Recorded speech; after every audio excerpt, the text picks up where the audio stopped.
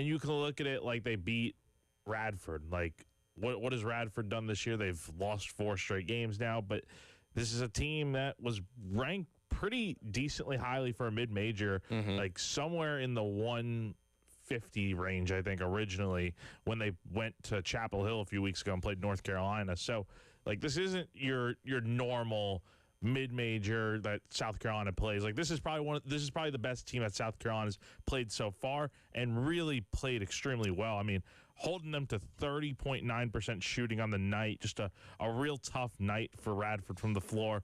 But you also were able to once again prove that, hey, the three-point shooting will be there on nights where those shots are falling, and that's fine. But on nights where those shots aren't coming in bunches, you can find other ways to score, and that's exactly what we saw from South Carolina last night. And that was the thing that was really different from even the game against Presbyterian the other day, because your three-point shooting was almost the exact same against Presbyterian. You went 8 of 25. Last night you went 7 of 25, but the shots inside the arc, 79.4%, 27 of 34 from two-point range last night for South Carolina. When it comes to a lot of the big games you're going to have this year, when that three-point shot isn't falling, that's the effectiveness you're going to need to be able to win. Because again, we've seen so many great teams that have lived by the three and died by the three. And if you can't score in other ways, then you're not going to be that successful when you're having an off night. Carolina proved last night, and again, it's Radford. So again, that doesn't compare to, Auburn and Florida or some of these other teams you're going to be facing this upcoming year in SEC play. But if you can shoot like that from 2, when you're not having your best night from 3, you're going to be able to compete. Oh, yeah. And here's the thing about that 79.4%. Shout out to our intern at Gamecock Central, who's been a real stat guru, George Bagwell, who was there last night with me helping out. Coverage-wise, is the highest mark from 2-point territory that a Paris coach team at South Carolina has ever had. So 79.4%. That is really, really good. And also just playing really well defensively in this game. Dominated the rebound battle, especially on the defensive end of the floor. I think 36 of their rebounds came on the defensive end, and Radford only had like 14. So South Carolina was really good at getting those rebounds, kicking the ball. The passing also, just really good. Ton of assists last night. Again, so much to really be excited about with this team. And now you head out to West Virginia this weekend. Competition's going to pick up, but I think South Carolina's ready for that, facing 2 top 100 opponents in Butler and Northwestern, and it's a real nice way to get a little bit of a feather in your cap early on in non-conference play. I thought we saw some particularly special performances from several guys last night, including Elijah Strong, who definitely had his best game so far at South Carolina, and he's somebody that can do a variety of things, and was good to see him have a little bit of a breakout performance last night. Yeah, no, he definitely needed that, because you go back to the game prior, just really struggled overall. I think against that Presbyterian team, defensively just wasn't very good. And then from the field, I think he only made like 1 of 7 shots. But last night, led the team with 15 points, made his first 5 shots, finished 7 of 10 on the night, had a block as well. I mean, he played very good basketball last night. And also, I don't know how much you watched last night, but that mid-range jumper, that little fadeaway shot he's got, that was like, he hit like a few of those last night. That's a money shot that he needs to go to more and more. And he knows the importance of playing defense, and he's well aware that he needs to get better in that area, but definitely looked solid last night overall. Yeah, somebody that can play really well in the post, which again is something that's going to be very important when you're competing against some of the teams you're going to have to face this upcoming year. Avoided a bit of a scary situation last night. It looked like Meechie Johnson maybe like hyperextended his knee at one point in the game and kind of limped off to the locker room. Did come back. Sounds like, according to Coach Paris last night, everything's good, but that was when you saw it live, it's like, oh, that looks bad. Yeah, it was a little worrisome at first, I think, just because it's like, oh man, like this is your star player, and if he gets hurt, here's the thing that I think we also can learn about the South Carolina team early on is that Meechie is great. He's fantastic. He's unequivocally your best player and your leader out there on the court. He only had 2 points last night in 26 minutes. We kind of saw this at times 2 seasons ago where Meechie would be really good some nights, and he'd be pretty rough some other nights. Not saying that's exactly what it was last night, because he also had 5 assists but he also turned the ball over 4 times. Point is, we saw South Carolina 2 years ago overcome a Michie Johnson bad shooting night because they had other players to space the floor and create shots and other guys that could go and score points. Right. I'm not saying that's what we're getting so far. I think it is, but you have more contributors, I think, on this team just because you have Eli Ellis, who had 14 points last night. You had Strong, again, really good performance from Kobe Knox, was decent last night. Mike Sharvajum's first career double-double in his college career, so he looked really, really efficient last night, especially from three-point range there in the second half. So, yeah, Michie going out for a little bit there, a bit scary, but good to see that he'll be all right. But I think it just showed last night that this team is more than just Michie. They've got scorers all over the place. And, you know, obviously Michie has a lot more experience than a guy in Eli Ellis that's coming in as a true freshman. But I do feel like, and again, the competition level's not been up to snuff to what you're going to see on a week-in, week-out basis in the SEC. But I feel comfortable when Eli Ellis is running the point. Like, okay, Yeah. I feel like you got somebody that, you know, is not selfish with the ball, not afraid to spread around, can score in different ways as well. That, you know, if Michie's going to be off the court, and hopefully it's not for injury reasons, you feel like you got a good hand in Eli Ellis that's out there, you know, in place of him. Boy, that one shot he had kind of close to the basket where he's just kind of pump faking right, he's pump faking left, and he's kind of being a little tricky there, and then he goes up for that 2-point shot. Just, man, he's fun to watch, man. And I think that building gets energized anytime he takes the floor. Well, the building got really energized at the end of the game when Eli Sparkman made his three-pointer. Man, finally got a shot off that went in. And, yeah, man, that place definitely erupted. And it kind of just capped off a really good night for South Carolina. Again, probably their best performance of the year so far. Well, they'll go to West Virginia, where you're heading out. Is it tomorrow? Yes, so I'm heading out there tomorrow, heading out to Greenbrier for the Greenbrier tip-off. Again, South Carolina is taking on Butler Friday afternoon and then Northwestern on Sunday night. So going to be really intrigued to see what this team can do now against much better opponents. Like I said, both are going to be ranked inside the top 100. And these are 2 of the 4 games this year in non-conference play that you're looking at South Carolina like, okay, you got to find a way to at least split, I think, because you get Virginia Tech in December in the ACC-SEC Challenge, and then you go to Clemson in mid-December. If you can find a way to go 2-2, maybe even 3-1 in those 4 games, you're feeling pretty good about this team heading into SEC play once January kicks in. Yeah, just kind of look at the numbers here. This is a Butler team that scores a lot of points. You might have to really get into a shootout with them if you want to keep up, and we'll see just how good that South Carolina offense is going to be in that game, the Northwestern on Sunday, which out of all the teams you played from a KenPom perspective is going to be the highest ranked as they are number 44 as of right now. So a good litmus test on what we've seen through the first 4 games, how that translates against quality opponents that are more applicable for what you're going to see in SEC play. And the good thing is you mentioned how much these teams could score. South Carolina has now scored 80-plus points in, gosh, I mean, you want to include the exhibition game as well. Yep. All the games that they've played so far. And the great thing is about how much they've scored these last 2 games. They're scoring 80-plus points without an over-reliance on three-point shots. So that's the real thing here. So, again, they're back in action on Friday, 2 o'clock, taking on Butler, which you will be able to listen to right here on 107.5 The Game. Coach Beamer spoke yesterday as we get set for Coastal coming up this weekend. What do you have to say, and what's the perception of this program versus the reality? We'll get into that coming up next. It is The Extra Point. Tyler Head, Jack Belcher, Captain Dave hanging out with us this morning on your Wednesday on The Game.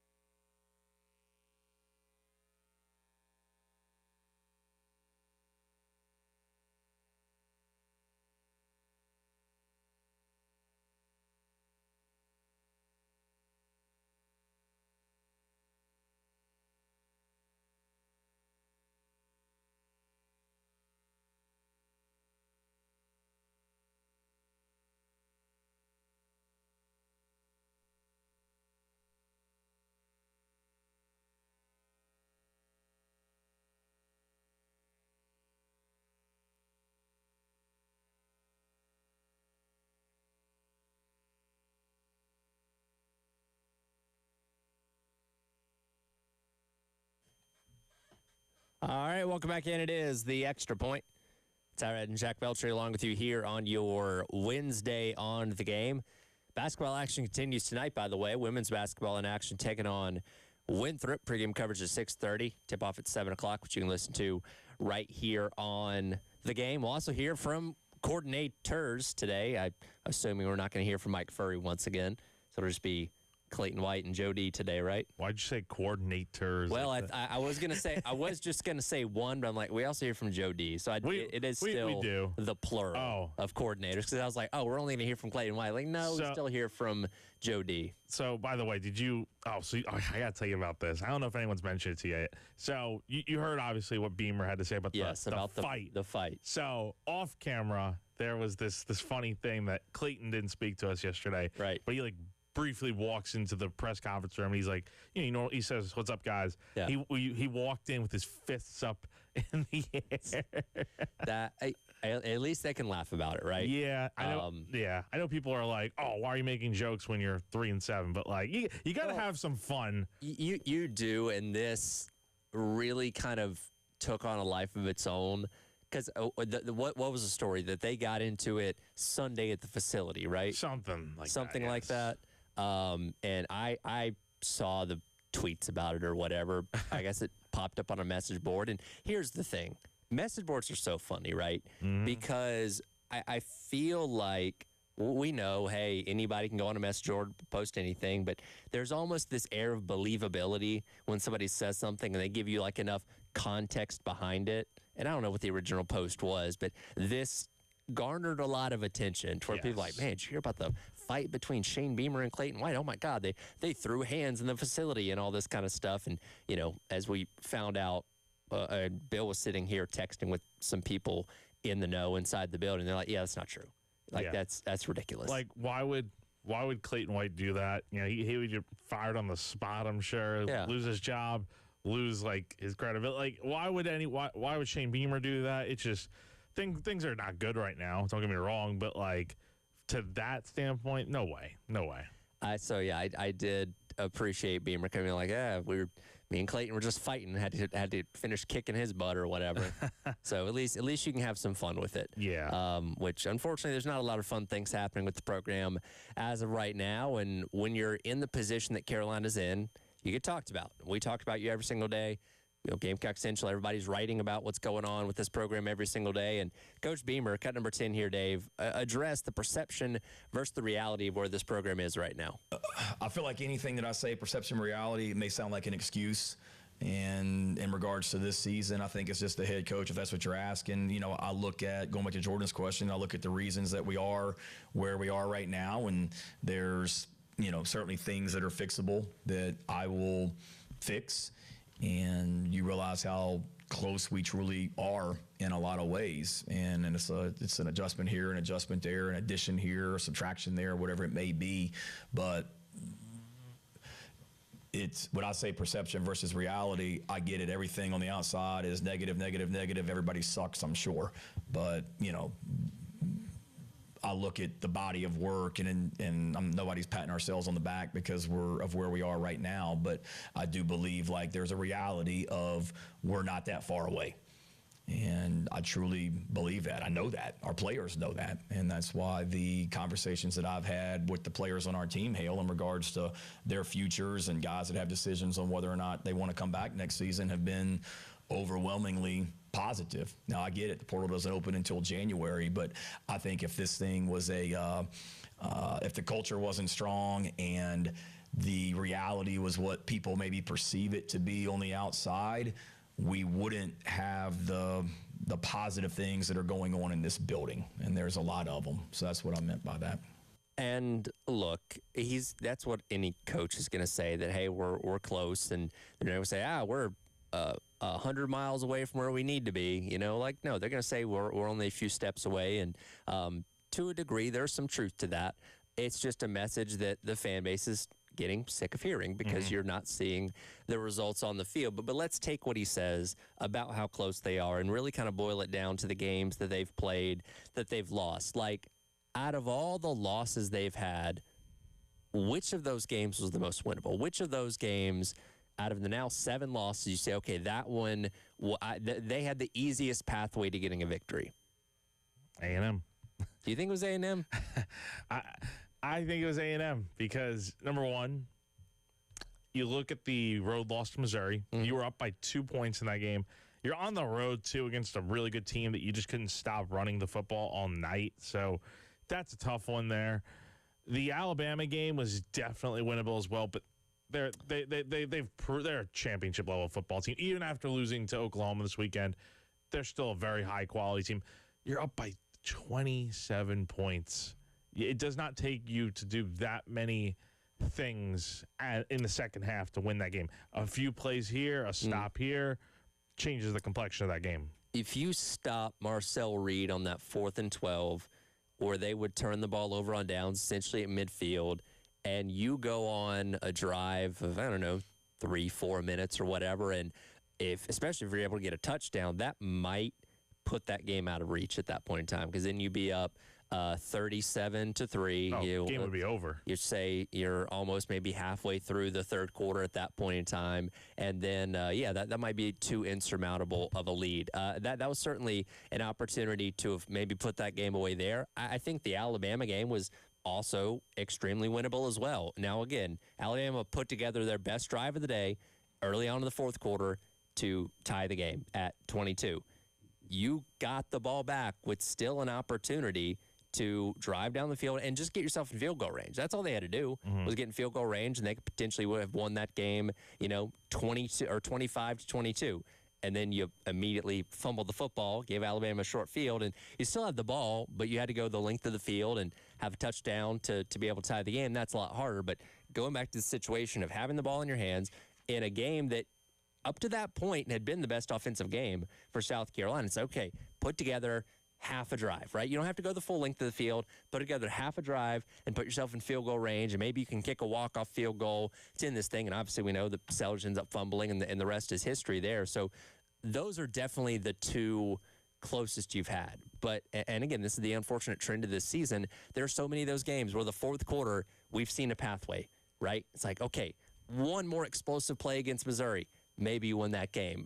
You're in a 7-point game with LSU in the late stage of that one. Like so many of the what ifs and what could have beens that, unfortunately, when you have a season like South Carolina's had, you're going to look back and wonder what could have been in all these games. I was adding it up yesterday because I'm going to do a story on the fourth quarter and why it's, from the player's perspective and why, from Beamer, why it's been an issue this year.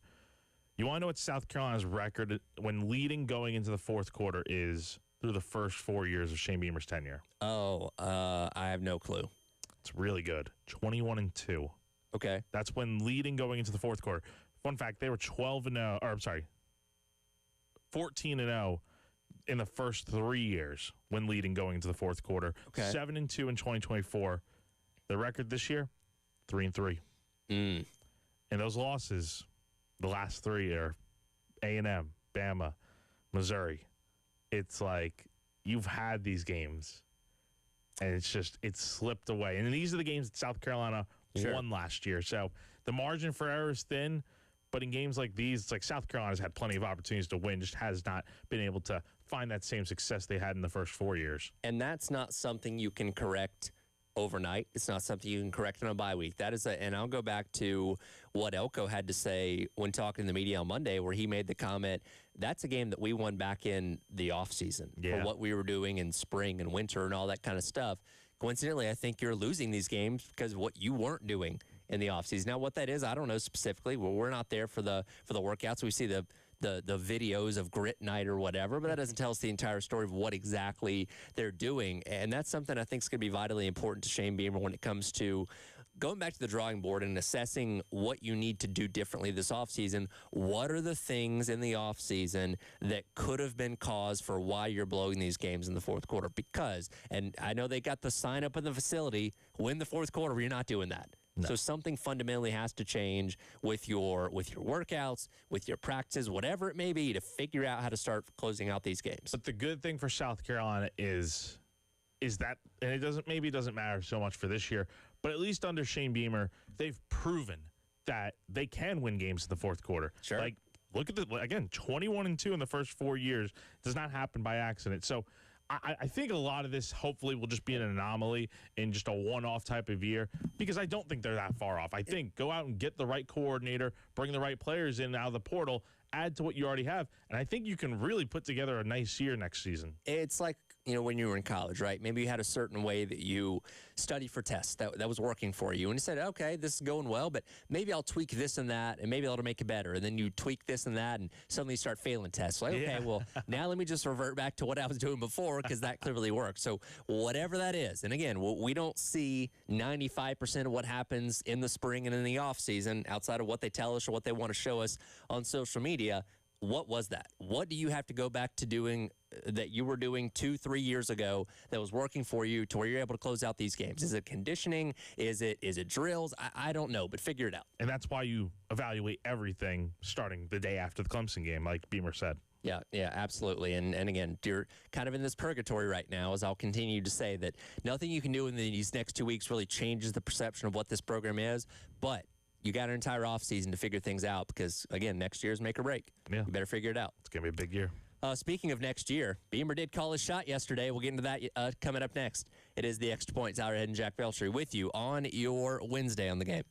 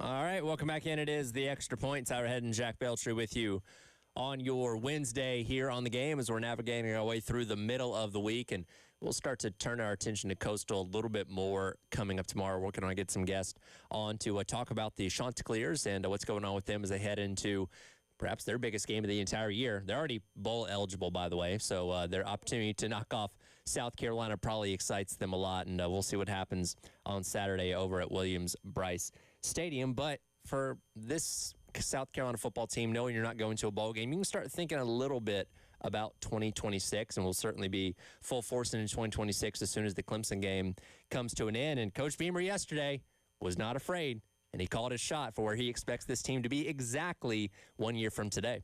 This week, the record is what it is, but the opportunity to go compete, that hasn't changed and won't. And also understanding, too, that we're all sick and we don't want to feel this feeling again. And I realized that 1 year ago, Rick, we were sitting here tonight getting ready to play Wofford, and we're all dialed into the playoff rankings to see where we're ranked, and we're not there right now, but I do know next year at this time, we're going to be sitting here next year on this Tuesday night watching the playoff rankings to see where we are in the rankings show, and we're going to be firmly in the mix for a college football playoff berth next year at this time. And we're all sick about this feeling, but we're not going to go through this thing again, and we're going to go finish this season out the right way, send these guys out the right way, and then the minute that thing hits zero on the clock after the Thanksgiving Day game or Thanksgiving weekend game, we're full speed ahead on 2026. And it's not we hope to be. It's not we want to be. It's we're going to be. That is calling your shot to a T right there. And look, any coach is going to say that, right? Like any coach is going to say that, hey, our goal is to go 12-0 in the regular season, win all of our playoff games, and win the national championship. If that's not your goal, then you're in the wrong line of work, because every coach should be shooting for that exact goal. Unfortunately, when you're in the position that Carolina's in, coming off of the blown lead on Saturday, where, again, Beamer didn't do himself any favors when it came to the halftime stuff, what he said after the first quarter, people are going to scrutinize this, and I get it, but that's exactly what Beamer should say when asked or talking about something like the goals for next year. It's like me having a really bad day at work, my boss asking what the heck's going on, and I'm going to be like, I'm going to do better tomorrow. Yeah. I'm not going to say I'm going to suck again tomorrow. Sure. Like, no. So I think Beamer's totally right on this for what he said there. And honestly, it's not just because he has to say it. Like he's not going to say that, we're going to be terrible again next season. No. Like, you have to have the utmost confidence, even if it sounds completely crazy and you have people laughing at you on social media for that. But I think he's not completely wrong about, like, do I think this is a playoff team next year? Not right now, but I think this team's certainly going to be better next year. How do I know that? I don't know. We'll find out. I believe they're going to get the right OC in the building. I think they're going to hopefully go down the college route, find that guy, because there are options out there. And South Carolina may not be the most desirable place, but you add in, like, hey, maybe you can work with Lenoris Sellers. Like, if Lenoris comes back, that becomes really desirable. You're in the SEC. You have a good boss like Shane Beamer. That's all nice. And then I think South Carolina, hopefully they're able to hit on their transfer portal guys this time around. It's not like that they haven't completely, but let's be real, it's not what you did 2 years ago in terms of the return on investment you were getting. So get all that going, retain Clayton White, have this defense come back stronger next year. And I think this is a group that definitely could. They're not that far off, is what I'm trying to get at. Stop getting into fights with Clayton White in the building first. That'd probably help. I know.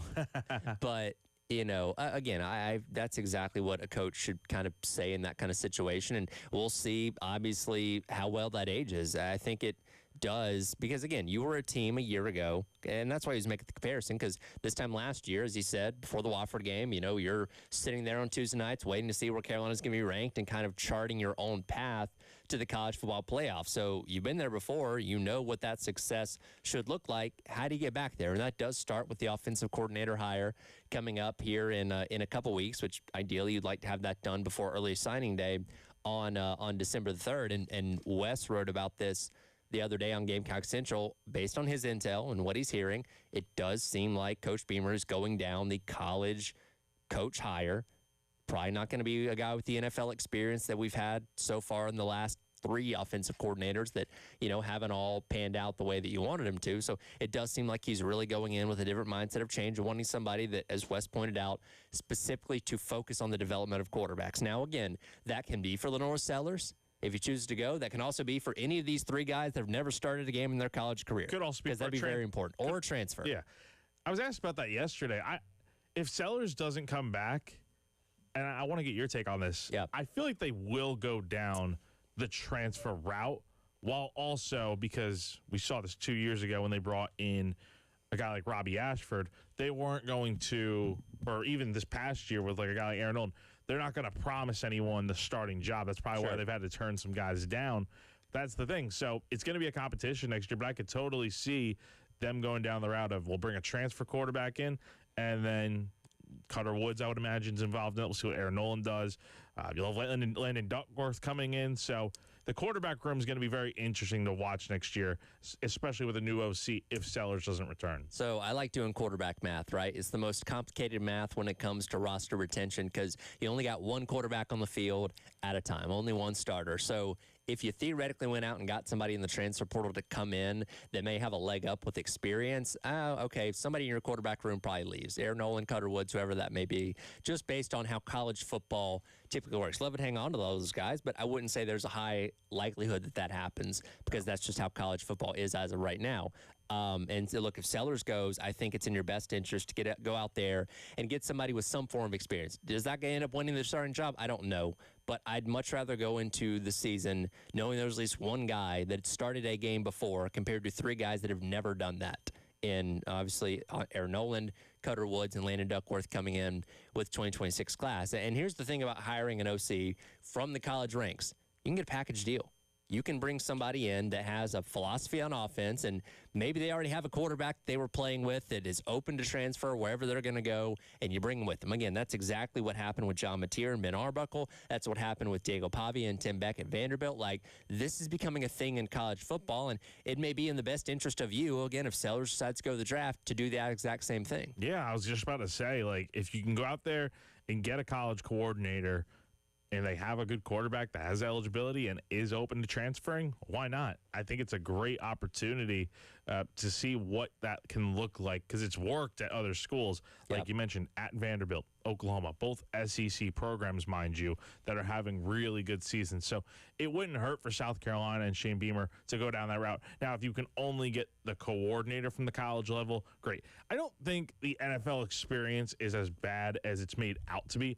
It's just you want a guy like that has proven it at the college level because it's so different from the NFL. Well, look, the NFL thing is a common denominator that you can draw from Marcus Satterfield, Dow Loggins, and Mike Shula, and Dow Loggins was the best of those 3, obviously. Got himself a head coaching job at App State, but he didn't set the world on fire the exact way that a lot of people were obviously hoping for. And everybody looks at it and says, okay, these guys, all 3 have NFL experience. And you hired Satterfield from the Panthers. Dow Loggins had been in the NFL before he was with the Razorbacks as the tight ends coach. And then Mike Shula spent the majority of his time in the NFL as of late as well. That was the last time that he was an offensive play caller. So I think everybody's just looking for something different.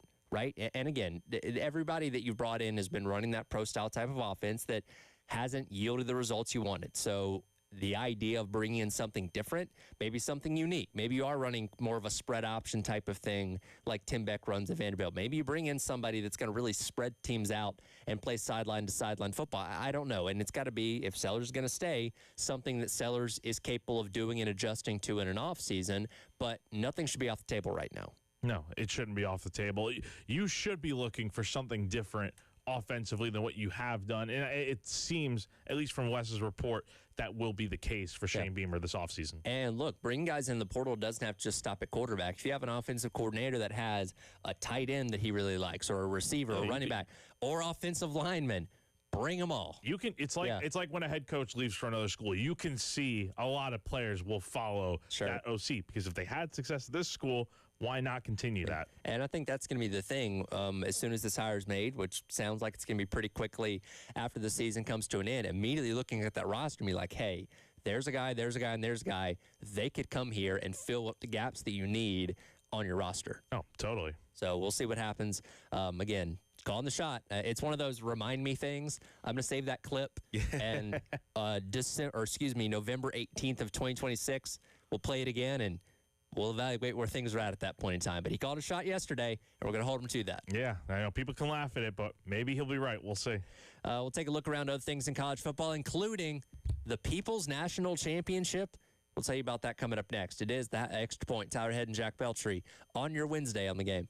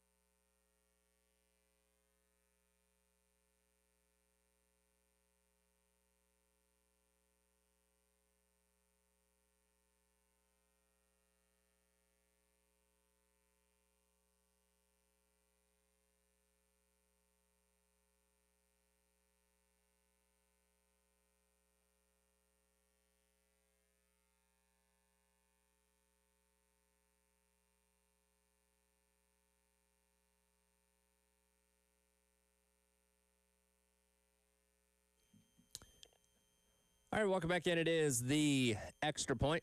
Tyler Ed and Jack Belcher with you on your Wednesday here on The Game.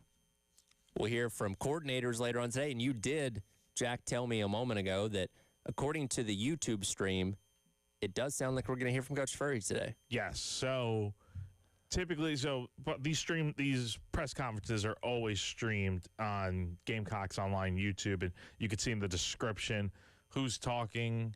And last week it was just Clayton White and Joe DeCamillis, special teams coordinator, defensive coordinator for South Carolina.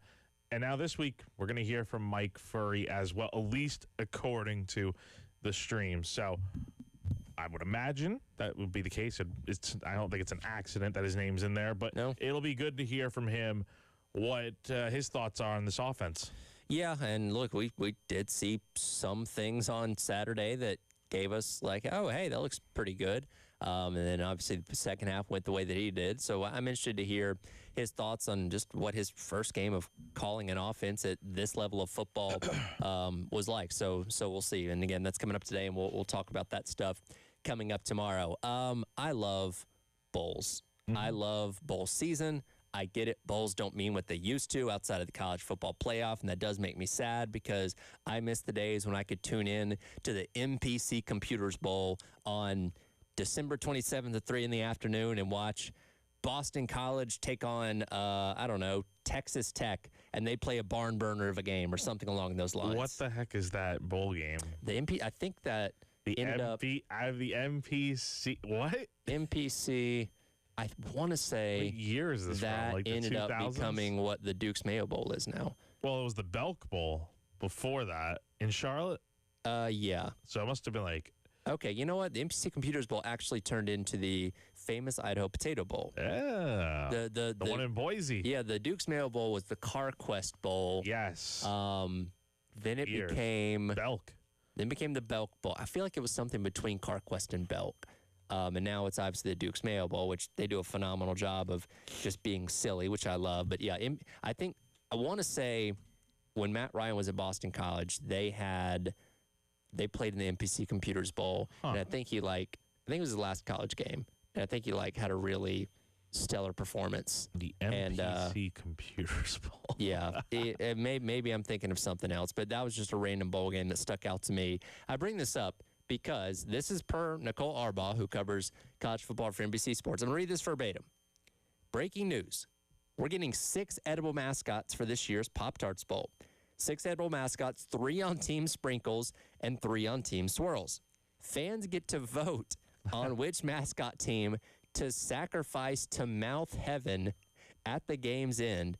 The biggest edible mascot sacrifice ever.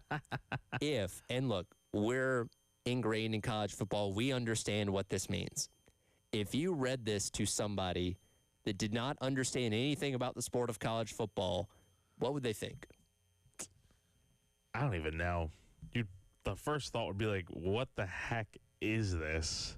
Like, isn't it supposed to be football? And you're probably thinking like this is something completely different. It is football, but football at a different level. It puts the fun in football. Does. And that's what these bowl games, like you said, are for, because they don't count for anything.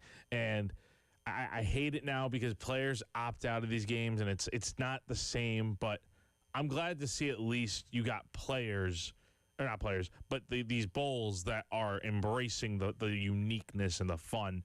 And Pop-Tarts does a great job with this bowl game over the years. And Duke's Mayo, ever since they became a thing with the bowl games back in 2021, I believe it was, Yep. the first year with Beamer getting the mayo dumped on him.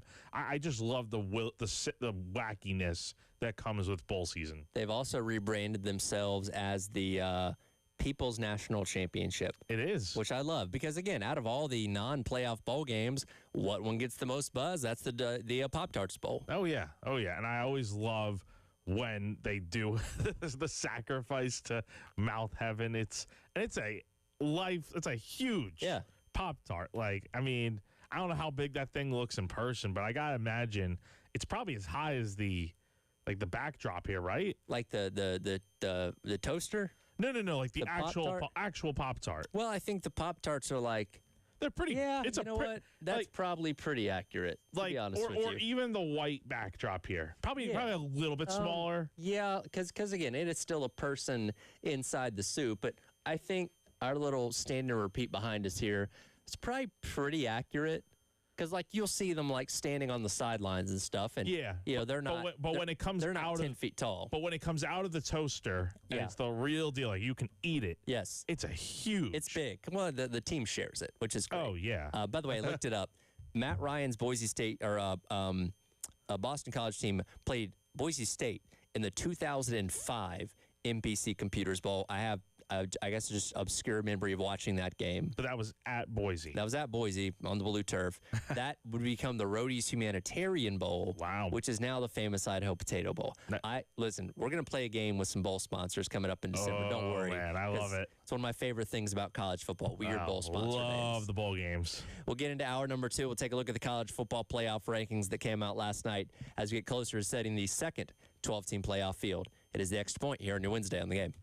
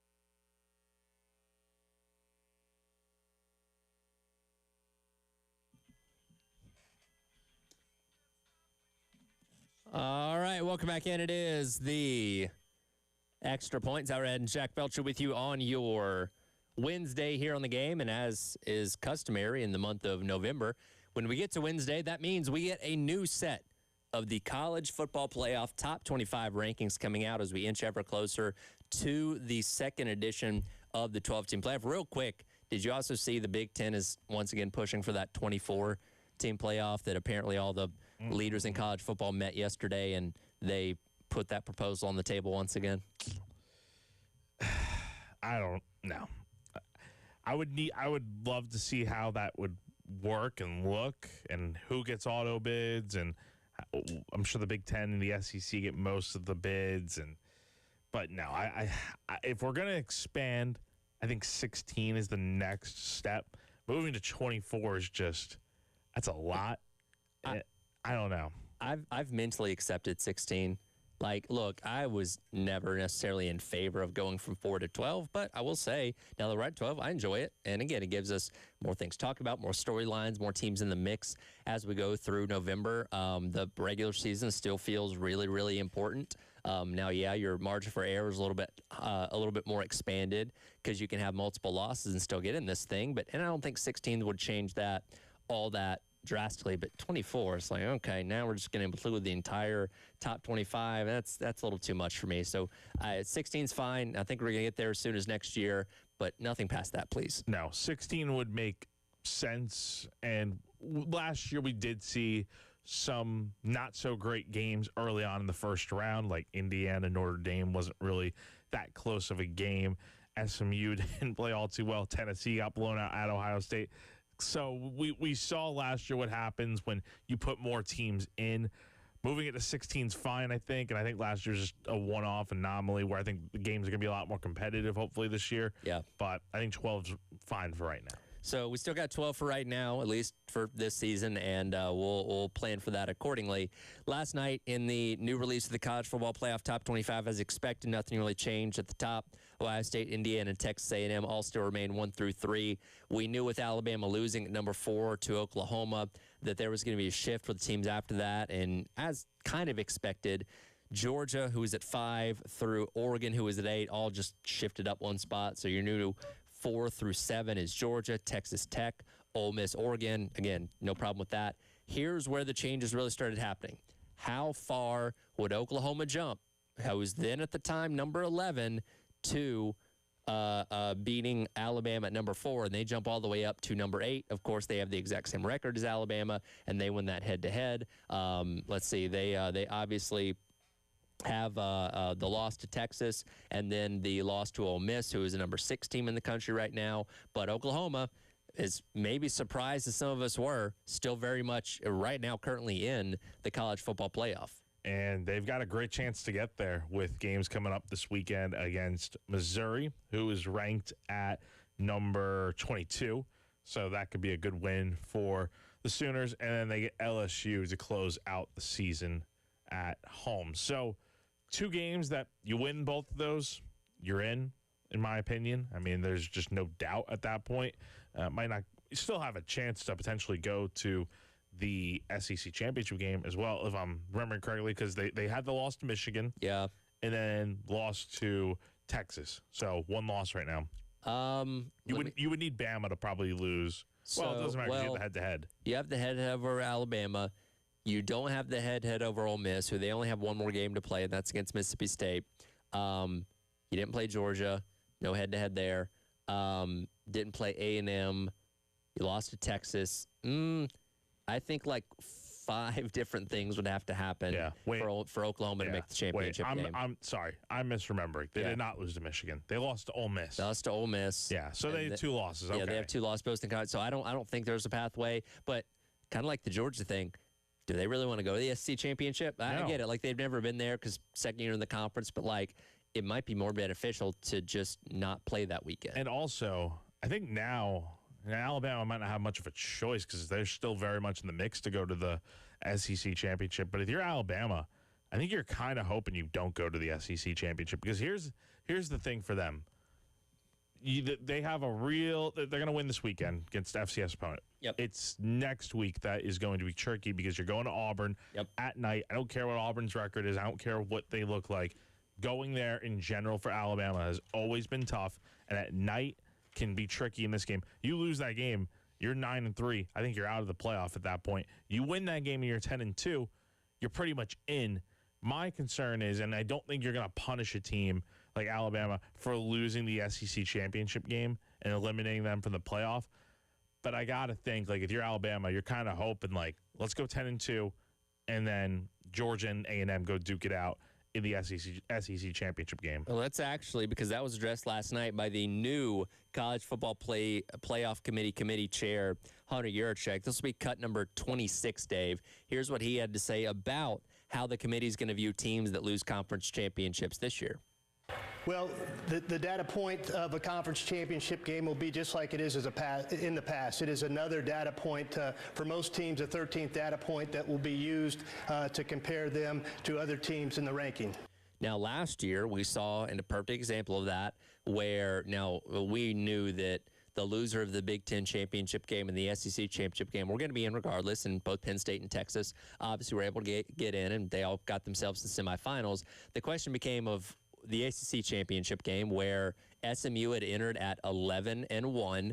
They lost at the very end to Clemson. Clemson got in by virtue of winning the championship game, and SMU was not punished for losing an additional game. So with a team like Alabama, who, again, right now has dropped down to number 10, so they are quite literally on the razor's edge when it comes to making it in the college football playoff. They would be one of the final teams in as of right now. They'd be the final at-large team in as of right now if the playoff were being set today. It's like, okay, well, if you beat Auburn and you don't move up in the rankings and then you play Texas A&M in the championship game and let's say you lose, would they punish them for playing that 13th game? I don't think that they would based off the precedent from last year. The difference, I think, for SMU last year, and there's an argument for Alabama, and I'll get into in a second, was that they were 11-1 going into that Clemson game. Yep. They lost by 3 at the very end and had an 11-2 record. So if they had a third loss at that point, I wonder how that would look, because you put in a 3-loss Clemson team, but they won the ACC championship to get in. The thing with Alabama is that if they were to go 10-2 and then lose in the SEC championship to Georgia, A&M, whoever, the thing is they would have still 4 of the top wins you could have. 4 top 25 wins right now. Yep.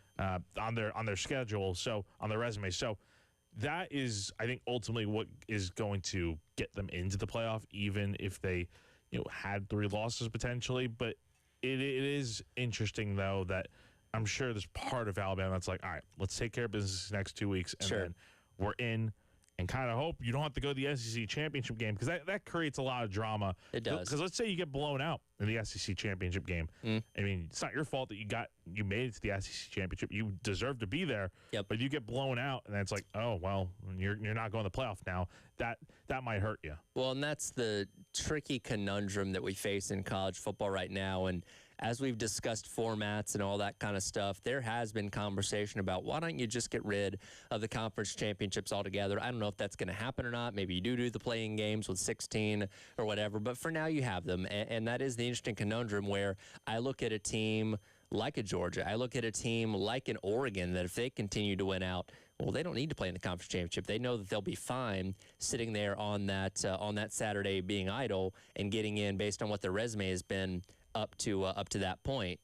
How do we create a way to make those games important where both teams going in know they're playing for something outside of just an automatic bid into the playoff, and that the losing team doesn't feel like they're going to be punished for playing an additional game? I don't know how we get there, but that's certainly a conversation to have. Maybe that's where expansion kind of comes in, and you do go to the play-in type of games. I think that's where you get a little bit more of the incentive, because it's just like we shouldn't have to have the conversation of, oh, you go to the SEC championship and you lose by X amount of points. Oh, you might not be able to make it because that's an extra loss in your schedule. So I don't know. I mean, it's going to be a really intriguing thing to see play out over the next few weeks here, but yeah, definitely something to keep an eye on with this Alabama team. One team in the SEC that I think played their way out of the college football playoff this past weekend was Texas, who came into the weekend number 10. They got beaten by Georgia 35-10 out there in Athens, and they dropped all the way to number 17. I didn't see them dropping this far,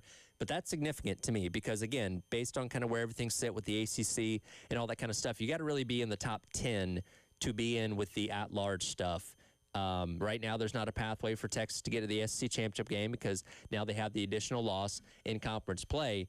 I mean, I guess if they obliterated Texas A&M, who looks to be going into that game 11-0, coming up on Black Friday, maybe, just maybe they vault up high enough, but I think they're done. Here's the thing for Texas is that they got some good quality wins on the schedule, but they do have the 3 losses. And the one that's going to kill them is that Florida loss because Florida is just not a good team this year, 3-7 right now.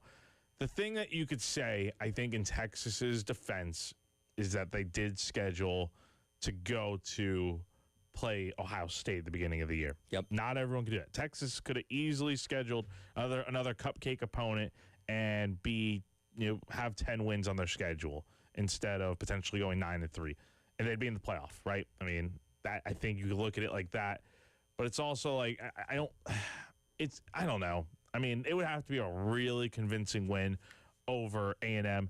And I don't even know if that's enough because I think you're going to need some help around the country. Kind of like for Carolina going into last season or in the last week of the year. Sure. You needed to beat Clemson, but you also needed a lot of help around the country, which I think you got. It wasn't enough to leapfrog the 2 teams ahead of you, which were Alabama and Ole Miss. So in this scenario, you're Texas, finish out 9-3. You'll have some high quality wins in your schedule. A win over A&M might be one of the best wins that you could have possibly in all of college football, but you're going to need more than just that around the country. Yeah, I think they're out at this point in time. Again, losing that game in the way they did to Georgia probably did them in. But the debate of last night, once again, comes from Notre Dame and Miami, and we'll let you hear what Hunter Yurchek had to say about them coming up next, as well as one team that we're not really talking a whole lot about that I think is in perfect position to make a late leap in to the college football playoff field this upcoming weekend. We'll discuss that coming up next. It is The Extra Point. Tyler Ed and Jack Velch with you on your Wednesday on the Game.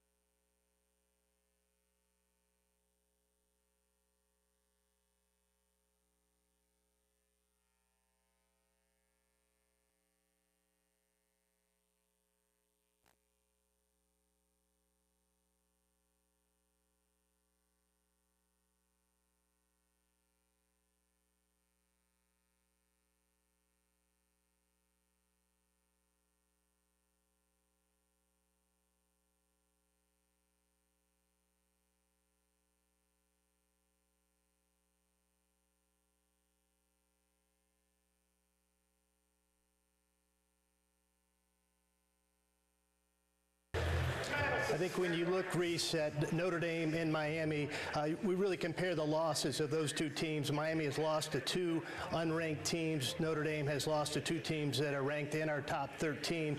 And so we really haven't compared those two teams. They haven't been in similar comparative pools to date, but Miami is creeping up into that range where they will be compared to Notre Dame if something happens above them. Welcome back in. It is the Extra Point. Tyler Ed and Jack Belcher with you on your Wednesday here on the game. That once again was the voice of Hunter Yurachek, who is now the college football playoff committee chair. Again, last week, Mack Rhodes, who had been the committee chair, stepped away for some personal reasons. So Hunter Yurachek is going to be doing that for the rest of this year. And he's talking about the comparison between Notre Dame and Miami. This has been such an interesting saga in the three rankings we've had so far, because in the first rankings, they have Miami at number 18. And we're like, wow, that's really, really far away considering the fact that they beat Notre Dame head-to-head. Last week, seems like they kind of course-corrected, put them at 15. Okay, that's closer. And then the argument comes, okay, well, I guess Miami's losses are better than their win against Notre Dame. But then when he directly says, we're not comparing them, he doesn't even bring up the fact they played each other.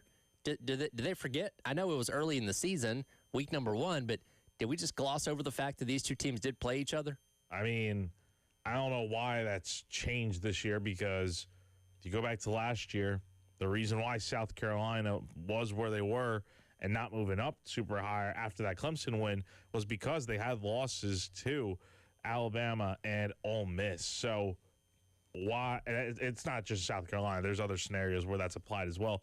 So why is that not the case here? I know Miami's got some bad losses on their schedule now, but I mean, Notre Dame has lost 2 games as well, and they also lost the head-to-head to Miami. Like, that has to be considered. I don't care at what point in the year it is. It could be week 1. It could be right now. It has to matter. When the committee outlined in the offseason that they were going to put more emphasis on your overall strength of record, who you beat, when you beat them, the quality of the win, quality of the loss, I was kind of afraid something like this might happen, where we get into a situation where your losses end up being talked about more than your wins do, because and even if we're going to make the argument here, Alabama being at 10 behind Notre Dame also doesn't make as much sense, because, and I get it, Alabama lost to Florida State, and that loss looks really bad in hindsight because Florida State's 5-5 right now, but Alabama also beat number 4 Georgia. Alabama also beat number 14 Vanderbilt. They beat number 20 Tennessee. They beat number 22 Missouri. Like, they've got 4 high-quality wins. Notre Dame's best win right now is Southern Cal, who I'll get to more coming up in a moment, but Alabama has a lot more top 25 wins, and an even better win for a team that's in the top 4 right now than Notre Dame does. I understand we got to value the fact that they lost to FSU so early on in the season, and that, I mean, we thought that FSU team was going to be a little bit different after they won that game, because they immediately propelled themselves into the high top 25, and then slowly started to flame out once they lost 3 straight ACC games to open up conference play. But to have Alabama, like, we knew Alabama was going to drop, especially behind Oklahoma. But to have Notre Dame ahead of Alabama, it's not so much an issue that they got them ahead of Miami, because Miami was very far back compared to where they are now. But to have Alabama, who has the better wins, the better overall resume, in our opinion, compared to Notre Dame, it's kind of it's one spot, but it could make a difference, because Alabama, you know, would have had to go to Oregon, while Notre Dame would have to go to, like, Ole Miss per se. Yeah, and look, I've said this many times. We know this is a popularity contest in a lot of ways. At the end of the day, a team like Indiana is the perfect example of, you have to make yourself so unfreaking undeniable that nobody can pick apart what you're doing, because you're not a team that's expected to be there. Like, again, their resume is pretty comparable to Ohio State's in just about every sense of the word. Undefeated, they'll obviously play each other for the conference championship game, but it took basically 2 seasons, right? Because they went 11-1 last year. Their one loss was to Ohio State, got bounced out of the playoffs pretty quickly in that game against Notre Dame in the opening round, but then came back this year looking even more vicious than they did a season ago. So now we're saying, okay, Indiana's a good program, but it took time to get there, as opposed to when, like, a Notre Dame has one good season, then, and look, they made the national championship last year, give them credit, but we're a lot more in line to say, okay, wow, look at how good Notre Dame is compared to some of these other teams like a Vanderbilt, like an Indiana, like even in Illinois that we're just not used to talking about in the same way. Yeah, no, you're right about that. And the thing is here, just with this whole scenario is, I mean, you're right. It is more of a popularity contest than anything. I think it's an invitational, quite honestly. It is. But we know the big name brands are going to get in. Like, I think that's why we see the committee view Notre Dame so highly, even after they lost their first 2 games to open the season. As long as Notre Dame finishes the year 10-2, doesn't matter if they don't have a conference championship game to go play in as an independent. As long as they finish 10-2, they're going to be squarely in the playoff. And honestly, it would not shock me. I mean, they still have a chance to be in contention for a home playoff game at the end of the year. Because what do you have to be? Just an 8 seed? Yeah, if you're 5 through 8, you would host. So yeah, they're 1 spot away from that right now. Yeah, so not in too bad of a spot right there. But yeah, and we're seeing what happens when you're 2 losses and you get to a 3rd loss. I mean, you're pretty much screwed. So, and that's the case that Alabama's in here now, where if seriously, if they do go out here and lose a 3rd game, whether it's to Auburn or in the SEC championship game, if it's to Auburn, you're pretty much out of the playoff. Yeah. But if you lose in the SEC championship game, again, that's going to be really interesting to see how the committee punishes them, quote unquote, for that loss. There was one team that I think is sitting in a really good spot right now that's not getting a lot of attention, and that team is the Southern California Trojans. They're sitting at number 15. They jumped up 2 spots from 17 to 15 after having to come back and beat Iowa in rainy, sloppy conditions. Yes, it was at home, but that was an Iowa type of football game that they ended up winning. And look, I've been very critical of Lincoln Riley over the years. I got to give him a lot of credit. He seems to have finally gotten a good foundation under that program at Southern Cal. They're playing Big Ten. They're playing good enough to be competitive in the Big Ten, which does include playing some defense, which is something that he's been accused of not having for many, many years. They go on the road to Oregon, the number 7 team in the country, this upcoming weekend. If they can win that game and vault themselves at least into the conversation, I don't know if it gets them all the way to the top 10. Now, if they blow Oregon's doors off, that certainly would be more of a point of conversation. But they could essentially, because right now, the Big Ten only has 3 teams in, which would be Ohio State, Indiana, and Oregon. If they beat Oregon and would have that head-to-head, they could vault themselves into being that 3rd Big Ten team in, or put the Big Ten in a position where they only have 2 teams in with Ohio State and Indiana. But I think Southern Cal still very much in the driver's seat to get a spot in the 12-team playoff. This would create a lot of chaos because we saw last year what happened the first time around with the 12-team playoff. If you go 10-2, the precedent has been set. You're more than likely than not getting into the college football playoff, especially as an SEC or Big Ten team. If Southern Cal wins this weekend, I think they not only propel themselves to make the playoff potentially, because their next game after that would be the rivalry game against UCLA to end the year. Should win that game. Yep. They go 10-2, they should be in, but I think more than anything, it creates more chaos in that you're going to have a lot of 10-2 teams at the end of the year. Only so many of them are going to be able to get in because you have 7 slots to fill with the 5 conference champions. Do you see a scenario where, like, the Ohio State-Indiana loser is getting into the playoff? They're going to host a home playoff game, right? Yeah. Or, I mean, honestly, they could still make a case for a bye. If they go in at 1-2 in the Big Ten championship game, because you don't have to be a conference champion to get a bye anymore. So that's right. The loser of that game could still be a top 4 seed. That's right. So, but here's the thing: do you get all 4 Big Ten teams in? Like, let's say Ohio State, Indiana, they're going to be in. It's the Oregon and USC, Southern Cal, where they both go 10-2. Does that get them both in? I think it depends on what else happens around them. Like, what if Vanderbilt finishes the year 10-2? Yeah. Teams like Miami, what happens with them? Utah. I mean, there's a lot to talk about here. There's a very realistic chance there's going to be like 5 10-2 teams on that selection Sunday that the committee is going to be splitting hairs on which ones get in and which ones get left out. And it worked out pretty well last year to where you had a lot of like 9-3 teams, so you really didn't have to. There wasn't much of a conversation there. But if you get more 10-2 teams, it's going to become a lot tougher for the committee to make the decision on, okay, who are we leaving out? Because 10-2 should be getting you in, but it may not be the case this year for some teams. Yeah, we'll see. Speaking of rankings, coming up next, we'll hit our NFL top 5, bottom 5. I'll also talk about some of the headlines around the league as well as we get set for about basically halfway through the season at this point in the NFL as well. It is the Extra Point. Tyler Head and Jack Belcher with you on your Wednesday on the Game.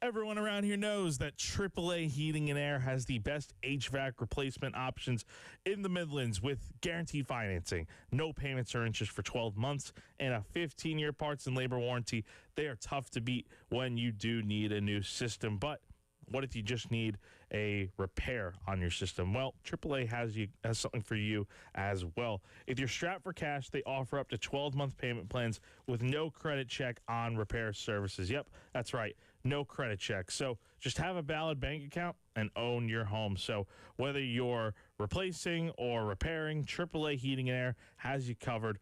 Give them a call today at 803-677-1500. Again, the number to call AAA Heating and Air is 803-677-1500. Tell them that you heard about them from me, Jack Veltri, here on 107.5 The Game, and get your comfort back. You'll be glad you did.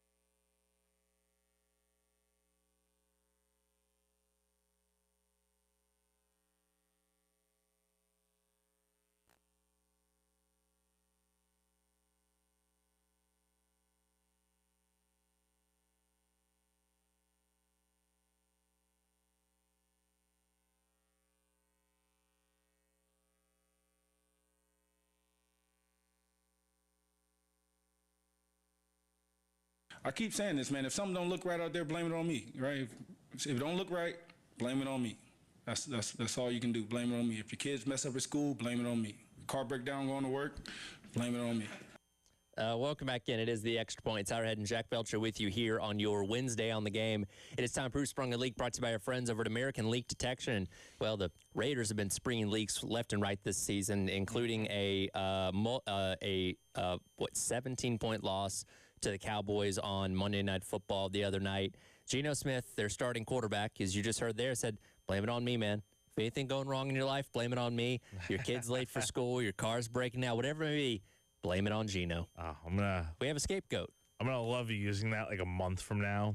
And I'm sure you'll just be like, wait, what are you talking about? And they'll be like, oh, wait. Said blame it on him. Yeah, blame it on Geno. He gave us approval. He did. Yeah. So fair point there to Geno Smith. Is look, things have not been going well for the Raiders this year. I don't know how long Pete Carroll thought it was going to take to turn that organization around, but it's going to take probably twice as long as maybe he originally intended because they ain't good. How much are they paying Chip Kelly to be their OC? Like $6 million. A lot. And they had to pry him away from Ohio State, but yeah, it ain't working. Yeah, can we just kind of say, I know it's only been year one of this experiment, can we just say these guys are kind of past their quote-unquote prime at this point? See, I didn't think the Seahawks needed to move on from Pete Carroll. He clearly didn't want to stop coaching, but yeah, is he the same guy that led the Seahawks to back-to-back Super Bowls? Probably not. Is Russell Wilson the same quarterback? No, he is not. Exactly. There's a reason that Jameis Winston started this past weekend and not Russell Wilson. Yes. So that shows you where things are at right there. Real quick, I also wanted to give some credit because they've been in our bottom five at some point this year. Carolina Panthers, man, they are a serious playoff contender right now. All right. Within the NFC South. Okay. Maybe not for a wild card spot. Within the NFC South, they have a pathway to make the playoffs. Oh, yeah, and the Bills beating the Bucs kind of helped out with that a bit because, I mean, look, they're 2 games behind them in the South? I think technically half a game because both them and the Bucs have 6 wins. Oh, 6 wins. For whatever reason, I thought the Bucs had 8 wins in my head. No. 6 and 4, yes. And the Carolina's played one more game. The Bucs have already had their bye. Carolina hasn't yet, but they still played the Bucs twice. So opportunity. There's a path to win both those games, and obviously still got more games to play outside of that. But give credit to Canales. And I don't know what it is. Why does Bryce Young turn into Tom Brady every time he plays the Falcons? I don't understand. If he played the Falcons 17 times a year, he would see the greatest quarterback season of all time. The thing that worries me about the Panthers, though, is that they're just not consistent yet. Like, they had the loss to the Saints. They got blown out, obliterated by the Bills. They've had some really great wins. Like, going to Lambeau is such a nice win, but to follow that up the next week with a loss to the Saints, I mean, they're looking good right now, but they got to find some consistency. But I agree with you. They can be a playoff team, in my opinion. Well, they don't appear in my top 5 or bottom 5. We'll run through these real quick, though. Starting off at number 1, Colts were on a bye. I can't knock them at number 1 for not playing this past weekend. Everything's still great. They play the Chiefs next. It's going to be interesting to watch. At Arrowhead. If they win that game, I think the hype level goes to a different degree. And even with the Chiefs, I mean, it's crazy how the Chiefs have kind of fallen apart this year. They're 5-5 right now, might not make a playoff. But yeah, the Colts, I mean, they've looked really, really sharp this year. Had the one loss there to the Steelers that could have turned into more, but it didn't. And now you coming off the bye, going to Arrowhead, you win this game. Yeah, you're unequivocally the number 1 team in these rankings. So I'm going with the Colts at number 1 as well. My number 2 is the Rams. I had them there last week, and if we're going to go off rankings, they beat my number 3 team, the Seahawks. They have the 3rd best point differential. Lots of good wins. Again, we've sang Matthew Stafford's praises a lot this year so far, and man, they look like a serious Super Bowl threat of a team. Number 2 for me, I'm sticking with the New England Patriots. They were my number 2 team last week, so I can't really knock them at all for beating the lowly New York Jets. This New England team, they've got something really cooking, winning 8 straight games, playing really good football right now. The New England Patriots are my number 3, so I give them a point for the great uniforms they had last week. Those Nor'easters looked really, really cool. Really clean. They're 5-0 on the road, too. So that is very hard to do, no matter who you're playing in the NFL, to consistently go on the road and win games the way they're winning them. You can't get comfortable. The Bills are only a game back. They're right there in the rearview mirror. They've already beat them once. Got to play them again. You can't just fall into a false insecurity. You got to stay with your foot on the throttle. I think they're capable of doing that. They're my number 3. That is going to be a real interesting game when those two teams face, because Bills will have to go to New England later on this year. Number 3 for me, Philadelphia Eagles continuing to really play some good ball, winning 4 straight games in a row. I'm liking what this Eagles team is doing.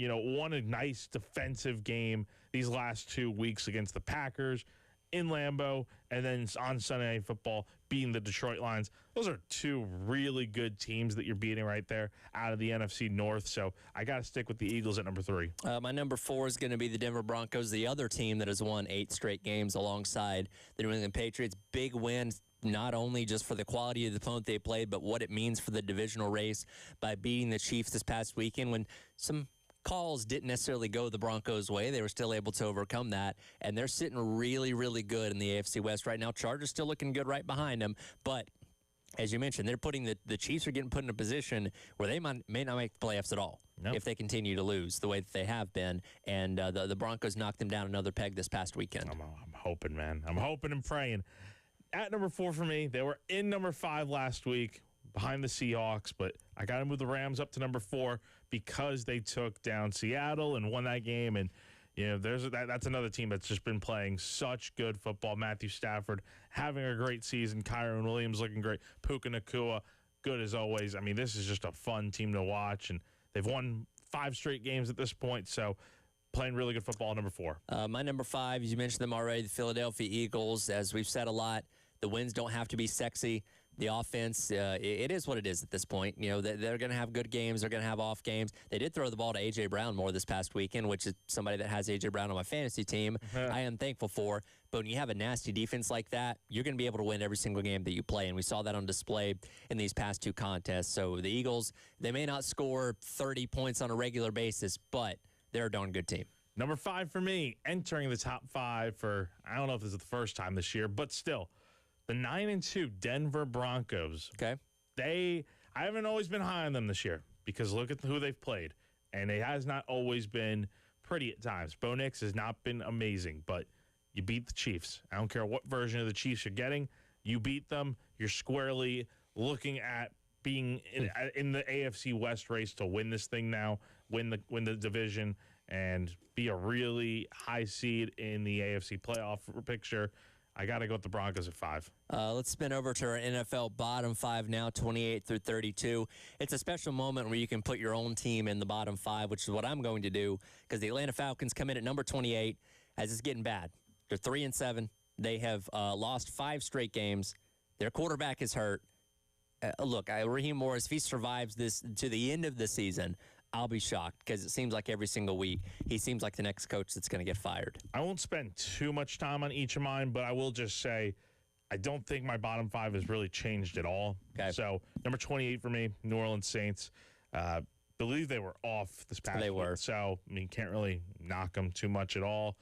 Beat the Panthers 2 weeks ago, but still, they're in the midst of a really, really bad year. The Saints are my number 29. I just wrote bye. Again, I can't say much different there. It's still an organization that's trying to rebuild, trying to retool. I don't think Spencer Rattler or Tyler Shucker are going to be the long-term solutions at quarterback there. They're going to be looking to draft somebody this year and try and rebuild in year number 2 under Kellen. Kellen Moore. Kellen Moore. I want to say Kellen Mond, the old A&M quarterback, but it's Kellen Moore. So you're number 29. Well, I'm going to give 29 and 30 because it kind of goes together here. 29, Cleveland Browns. Number 30, Vegas Raiders. They're playing each other this weekend, so somebody will continue to remain in the bottom 5. Someone might work their way out. I'm going to be honest. I'm looking forward to this game because Shedeur Sanders is starting this weekend, so let's see what he can do. The play-out game, I guess it is. Yeah, the play out of the bottom 5 for me. And number 30 for me is the Cleveland Browns. The Shedeur Sanders era has begun. He didn't look great on Sunday. Now, again, people are saying, okay, he hasn't got reps with the first team. Okay, that's fine. Well, he's going to get him this week, and he's going to play a really bad team in the Raiders. Let's see what happens. Yeah, exactly right. Yeah, I think we're all curious, whether you love him or hate him, to see what this kid actually does when given the opportunity in the NFL. I think we're going to agree on 31, 32. Yep. If you fired your coach, you're going to be at the bottom. Giants, and now in the Jameis Winston era, I guess, for a brief period of time. We'll see if is he supposed to start again this weekend? I haven't even looked. And No. look, hey, they almost won. They did play a spirited game against the Packers this weekend. I would continue to play him. Why not? The Giants aren't doing anything this year. I know you want to continue to give Dart the reps, but he's been taking a lot of hits, to be honest. So maybe let Jameis get a little bit of action here. And then the Titans have already fired their coach. So Giants and Titans will consistently be number 31 and 32. Your Bills, by the way, in action tomorrow night on Thursday Night Football. I'm looking forward to it. It's going to be a lot of fun against the Texans, who I don't think have C.J. Stroud. So they should win that game. But then again, I said the same thing against the Dolphins. The Davis Mill-led Texans. Oh, boy, Davis Mills. That guy's been around there for 20 years, it feels like. And by the way, you can listen to that right here on 107.5 The Game following Carolina Calls tomorrow night. Again, coverage beginning at 8 o'clock for the Bills and the Texans. Come back, wrap up the hour. Talk some racing with Jen Jensen as your Wednesday rolls along here on the Extra Point on The Game.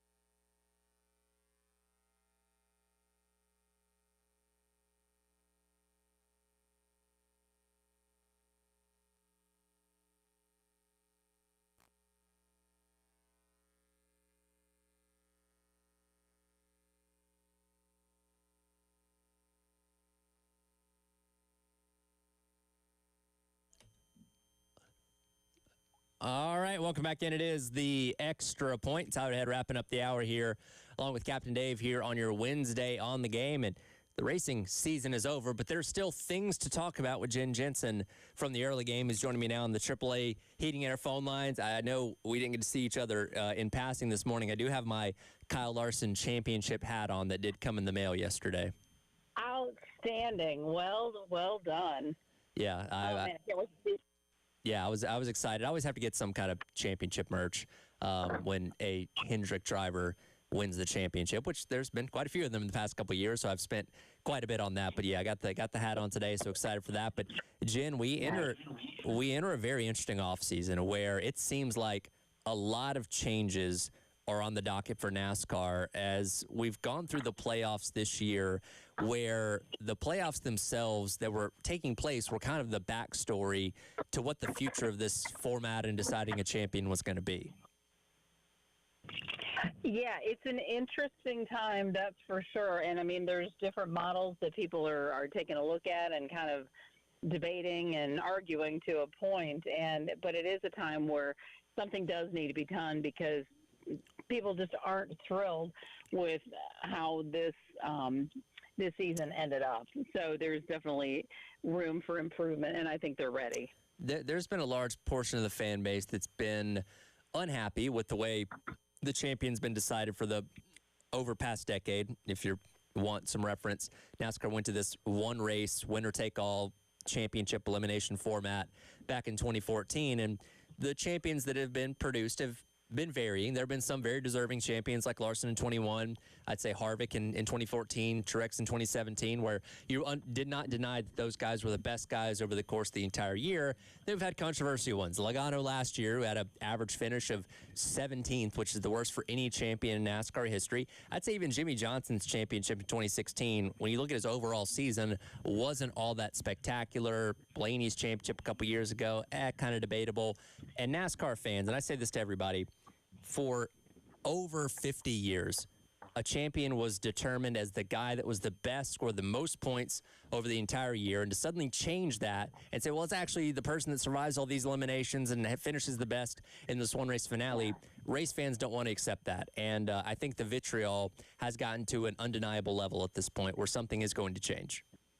Yeah, I agree, because, again, when you look at what has happened, when Logano had won, okay, didn't have that great of a playoff season, but historically Penske does well in Phoenix, and he performed well, and, there goes the championship. So I agree with you, and I think some of the people who've gotten into the playoffs are ones that lucked out in a race, especially like a super speedway. And again, they really should not be contending for a championship because they were not a dominant driver. And I thought when he gave a State of the Sport address before championship weekend, Steve O'Donnell made some really good points, things that even I hadn't considered when it came to the playoffs and the changes they're going to make, that, the playoffs obviously aren't always rewarding to the best driver. They also hamper star power as well.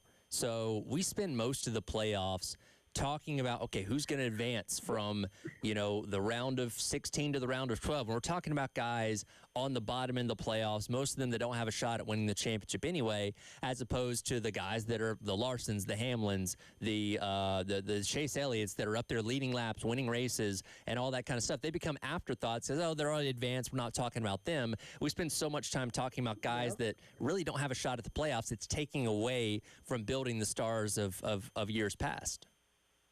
I think that's a really good point that he made, because, again, there are so many storylines and so many ways to get you enamored with different drivers and to continue to embrace new talent, but also just embrace and make even bigger stars of the ones who are doing well or popular.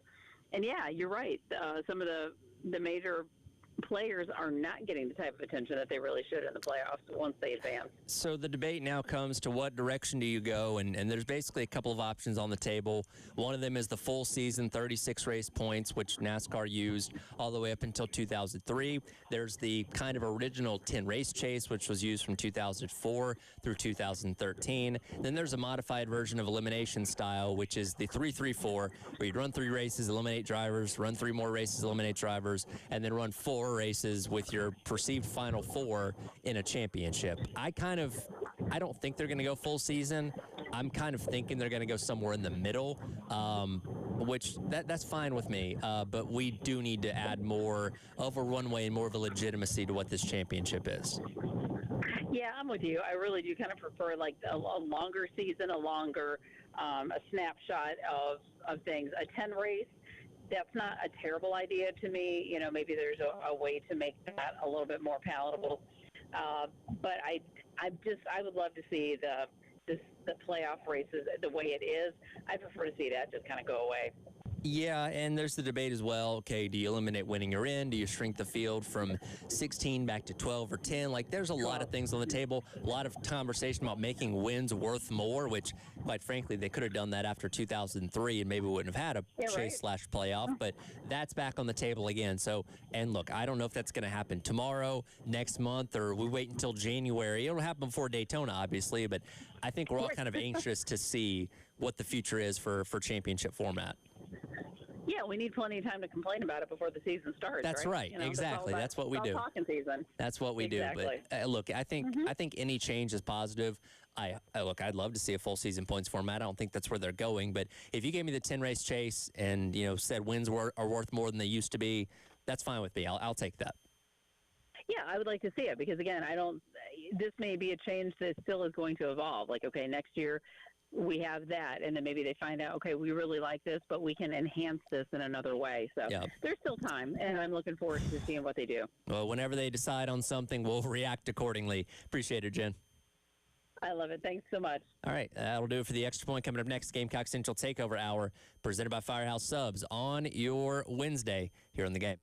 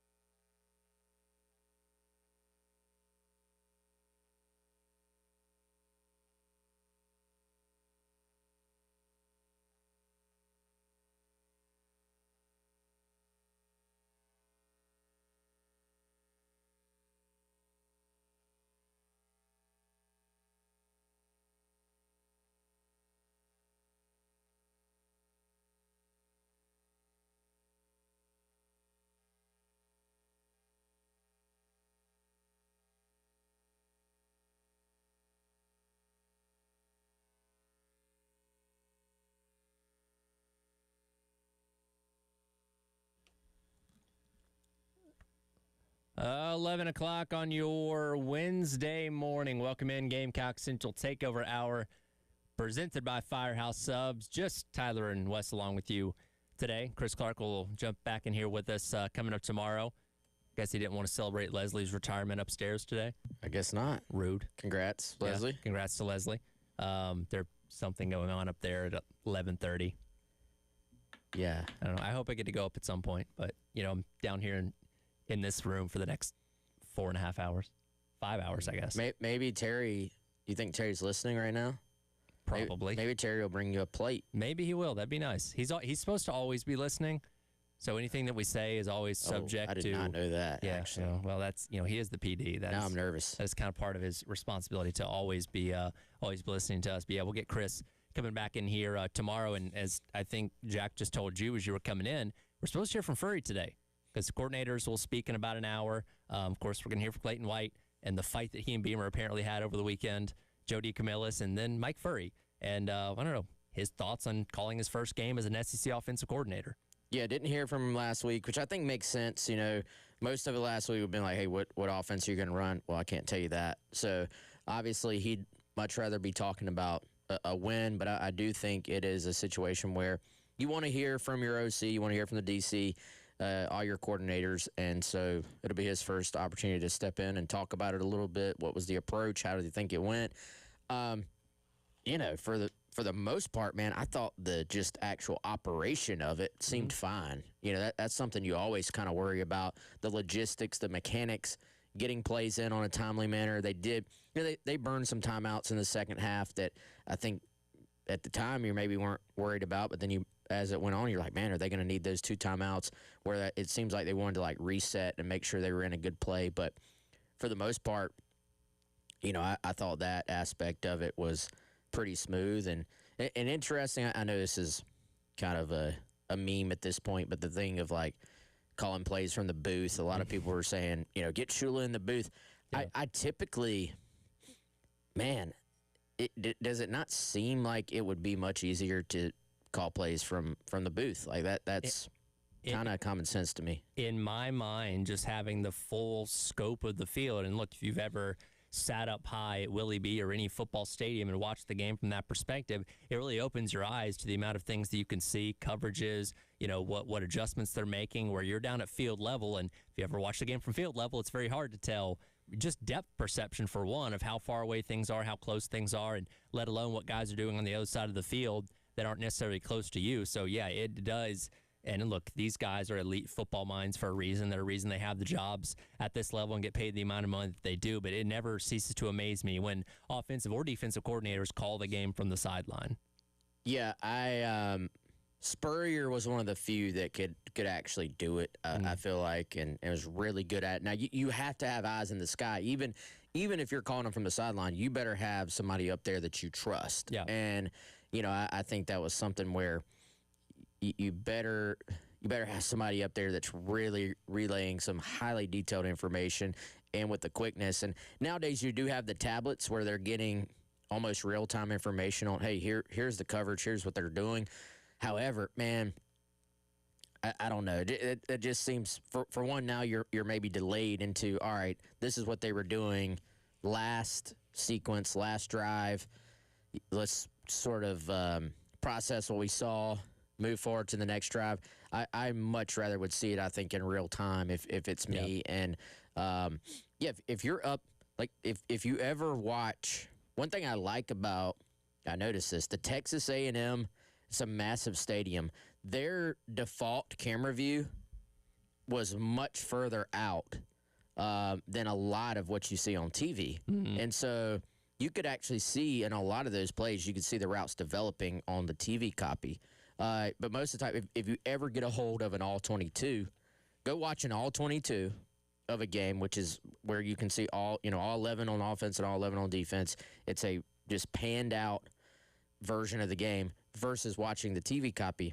It is night and day how much you can see. Yeah. Just like you said, depth. Is this safety cheating up a little bit? Is this safety giving a little bit? What's the coverage? What's their approach? All these different things that you can very much see up there. So I was curious to see what his decision would be as someone who is high energy, who is still, the wide receivers coach. So he's kind of giving up the ability to be hands-on with his guys on the sideline. But he clearly felt it was more important to be able to see that full view. Do we know who is, because the position coach is the one responsible for getting the personnel in and out with the packages and stuff like that. Do we know who was doing that Saturday with Furry calling plays? That's a great question. I do not know. Okay. Because, I mean, essentially, like, obviously we know when Trayvon Robertson was out, you had Jordan Dove that was the interim defensive line coach. So I imagine there's somebody within that offensive assistant room that acted as Furry on Saturday, just making sure the right guys were getting in on and off the field. And I'm sure Furry still had input on that in terms of crafting up the game plan, but somebody physically down there making those kind of calls. I don't know, maybe we'll get asked about that today or something like that, but very interested to hear. And look, I imagine that was probably like drinking out of a fire hose for him, right? This is a guy that had coached and called plays at Limestone College where, I don't know, maybe you have a couple hundred people in the stands and you're playing in the equivalent to a lot of high school stadiums at that point in time. Now you're in front of 100,000 people taking on the number 3 team in the country on the road with a team that has been underwhelming this year, and people are looking at you as maybe the guiding light for these final 3 games to figure something out offensively. And again, that first half was really, really good, to the point where if you scroll through Twitter, people are like, oh my God, Shula was the problem. No, we should have had Furry as OC the entire year and we'd be a playoff team. And of course, things went sideways in the second half, but that was a big undertaking for him, and it didn't go the way that we wanted it to, but there were some positives to take away from what we saw. Yeah, there were, man. And I think here's the thing about anybody that's been around Furry a little bit, though. He is like an alpha all the way. So he is not someone that would look around and like be intimidated. But I mean, this is a guy that played in the NFL and was a wide receiver. Was second 1 year. He was second in the league in receptions, and then he's kind of like he wasn't. He would tell you he's not the fastest, like most talented guy in the league. He's not Calvin Johnson, where you just say he's a freak. And he goes over because they had depth issues, goes over and plays defensive back for his team in the NFL, and I think ends up getting an interception, if I remember correctly. So he's got a little bit of just grit and fight to him. So I don't think he's someone that was going to be intimidated by that. If anything, from what I heard, this may fall on deaf ears now after the way just the second half of the game went, but he had kind of instilled some confidence in that offensive room in the 2 weeks of practice he had. And I think we saw a little bit of that in the first half. And to me, the differences were, and everything's a sliding scale when you talk about this stuff. So it's never going to be like fully, oh, they never did this or that. But it felt like the scale slid pretty strongly more towards being a true spread offense. In the second half, there were still some times when they were doing their 2 tight end stuff, which is a little bit more bunched up. But it just felt to me like more spread, more quick game, more RPO. We saw a little bit more 2-back, it feels like. But now we have seen 2-back. We haven't. It's not like that's just brand new. We've seen sort of the 2 running back split in the backfield for a good portion at this point of the year. But it seemed like they leaned into that a little bit. You got a little bit of trickiness here and there where you're doing the double reverse pass back to Lenoris and, all these things. So I think it was kind of fun for a half. And then you just see in the second half, man, I mean, when you were able to run the ball in the first half, you were not able to run the ball in the second half. Those can be the same plays, but successfully ran versus not successfully. And then, frankly, you missed some throws, man. You had some drops. It's hard to get into a rhythm when the offense doesn't execute enough to just stay on the field and get that first sequence of first downs. And I feel like, man, Sellers made some beautiful throws. There was the deep ball, of course, to Vandrivius. There was even coming out right after A&M scored. Some people remember they score to start the second half. South Carolina answers back, and you're going, all right, they really need to just answer this with a score. If they do, the game's probably over. Yeah. And you're going, all right, are they going to be conservative or are they going to be aggressive? Well, they come out, and Sellers hits his brother on a just beautiful little corner route where he layered the ball in between the safety in the corner. And you're going, okay, that was a good throw. The offense has not gone on a shell. So he made some of those throws, but then, man, there were some throws on just like little quick slants or short end routes or kind of hitches or comebacks on the outside where you're going, man, he makes those throws, or he used to make those throws, and he just missed. So a big part of the issues in the second half wasn't really necessary play calling, although I don't think anybody loved the 3rd and short and 4th and short, two straight, inside runs like that. Yeah.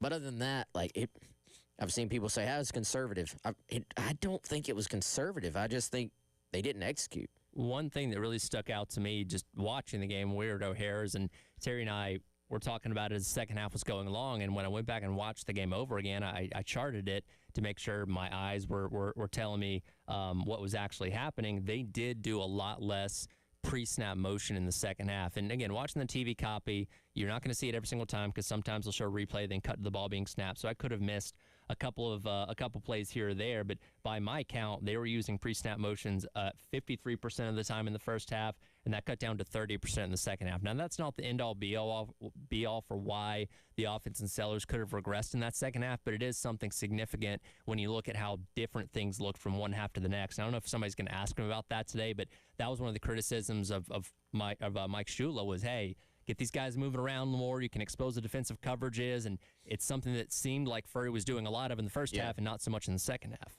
Do you know how many plays they ran in the first half versus second? So I had a count of 38 total plays, 20 of them with pre-snap motions in the first half, and the second half, 26 total plays, 8 of them with pre-snap motion. Yeah, it felt to me like, I don't know, maybe in the second half they just didn't get to some of their other stuff because the offense bogged down so much. They didn't have a lot of first downs. Now you can argue like, well, hey, run that stuff on the first sequence of the drive, and and that's fair. I just I don't know, man. You got to hit some of those easier throws, I think, and stay on the field.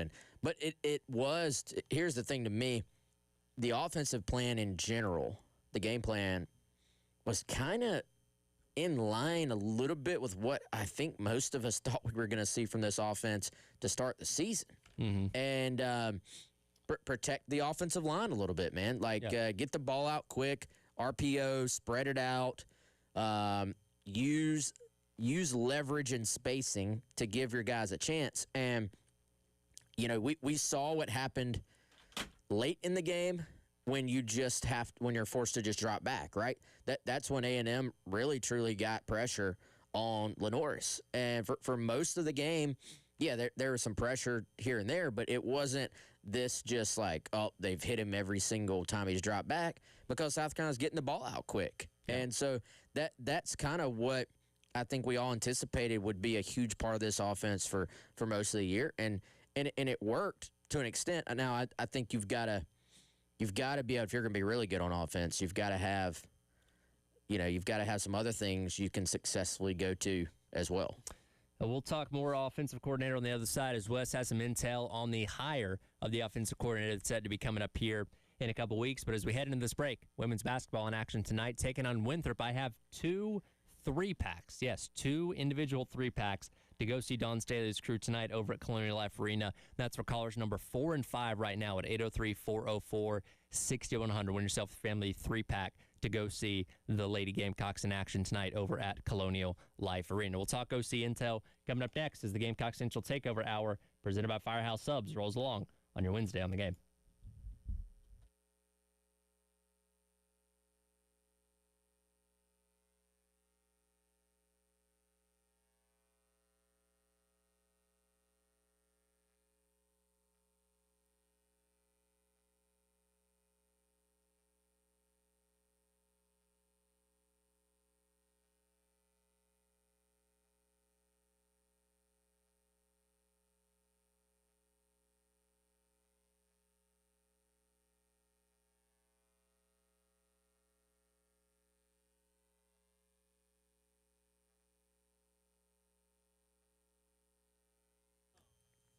All right, guys, let me tell you about our friends at Krantz Cooling. the hour before this one, every single day, Garnet Trust Hour, brought to you by our friends at Krantz. Head on over to KrantzCooling.com. That's Krantz with a K, coolingwithak.com, or give them a call, 803-672-3224. And, of course, for your home or business, if you're having HVAC issues, you're going to want somebody that's going to take great care of you, much like Krantz took great care of me. I guess that's now been a couple months ago when I was having issues with my AC, whether it is air conditioner, heating, ductless AC, indoor air quality. Again, if you're a business owner, they can take care of that as well. Or let me tell you about preventative maintenance. You want to go ahead and have them come out and make sure that you can cut off some of these issues before they happen. That would be a great time to call and ask about that. 803-672-3224. Hopefully you don't need them right now, but if you do, they're going to take great care of you. And again, more information, KrantzCooling.com.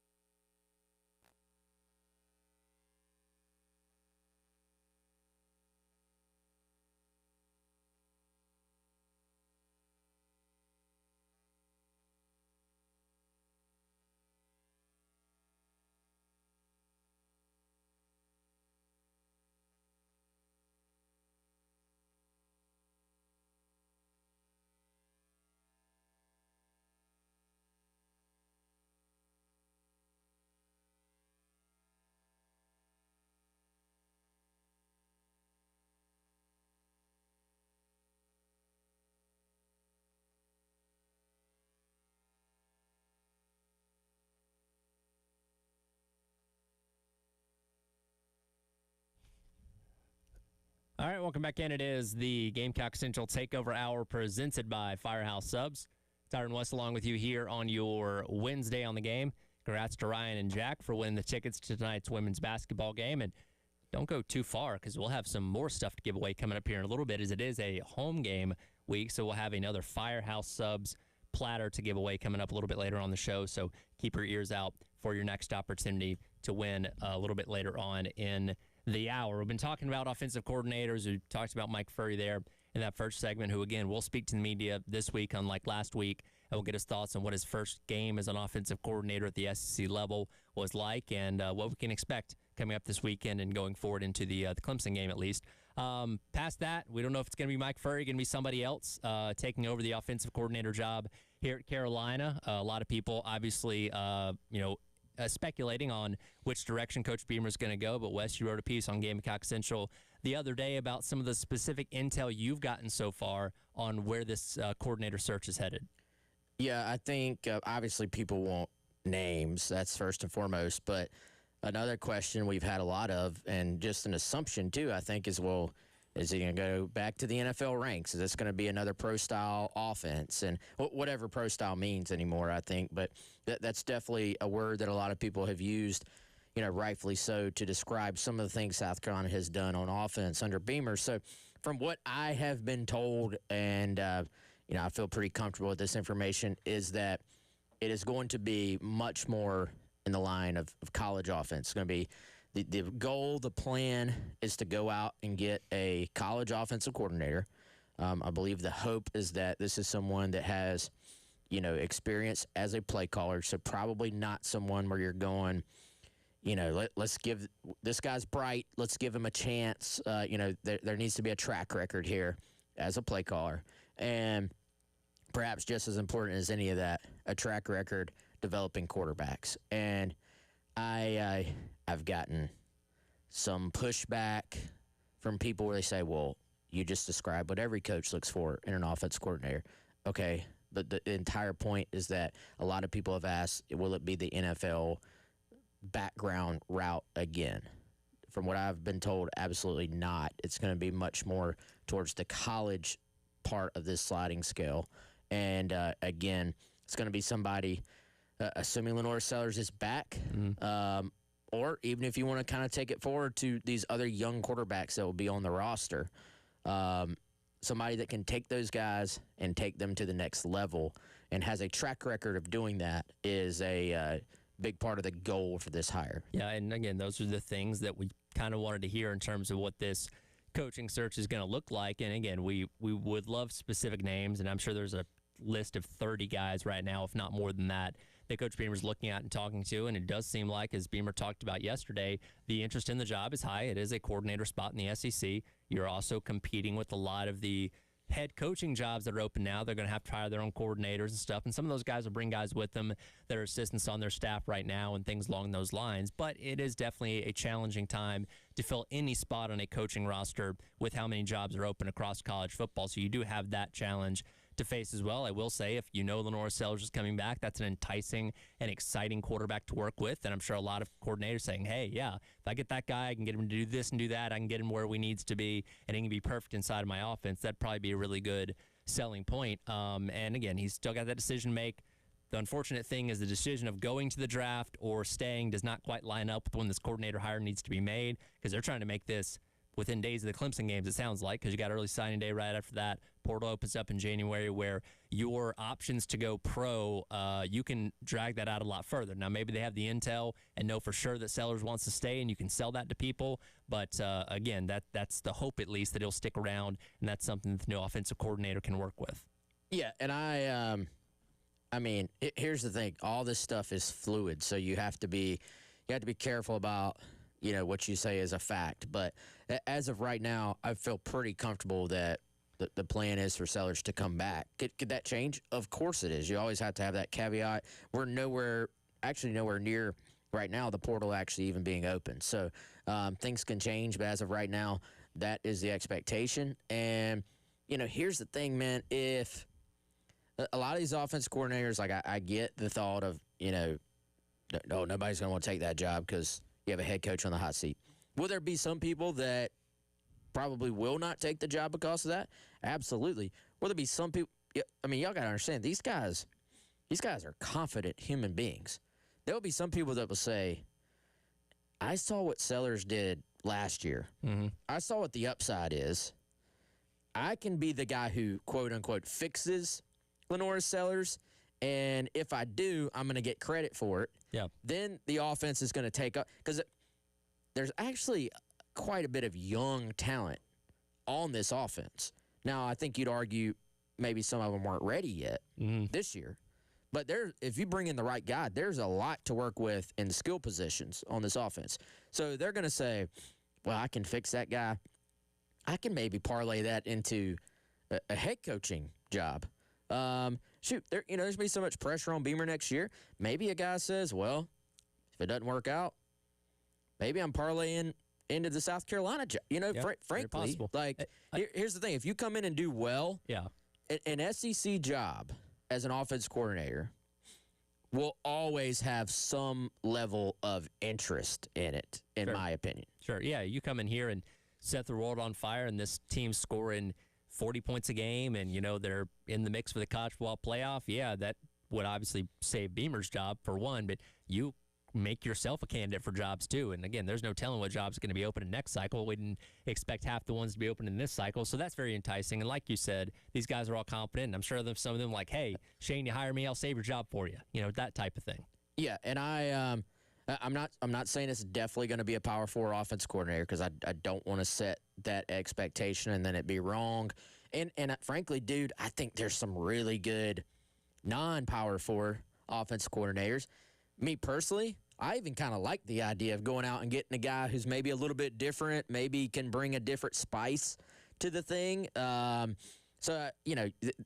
can't say it's definitely going to be a Power 4, but I do know for a stone cold fact that there have been Power 4 offensive coordinators who have expressed interest in this job. And one of the benefits of getting somebody that is currently an offensive coordinator in college is maybe you get a package deal. Now, again, if Seller stays, you're not necessarily looking for a quarterback, but you can say, hey, man, you at whatever place you're at, you got this receiver or these offensive linemen or a running back. Like, do those guys want to come with you and just kind of implement that style over here, as we've seen with Tim Beck at Vanderbilt, Ben Arbuckle at Oklahoma, where you just kind of transplant one or a couple of players into the offense, and that puts you that much further ahead in what you're implementing here. That's very much on the table, too, for who you end up hiring if it is from the college ranks. That is the trend right now, I feel like.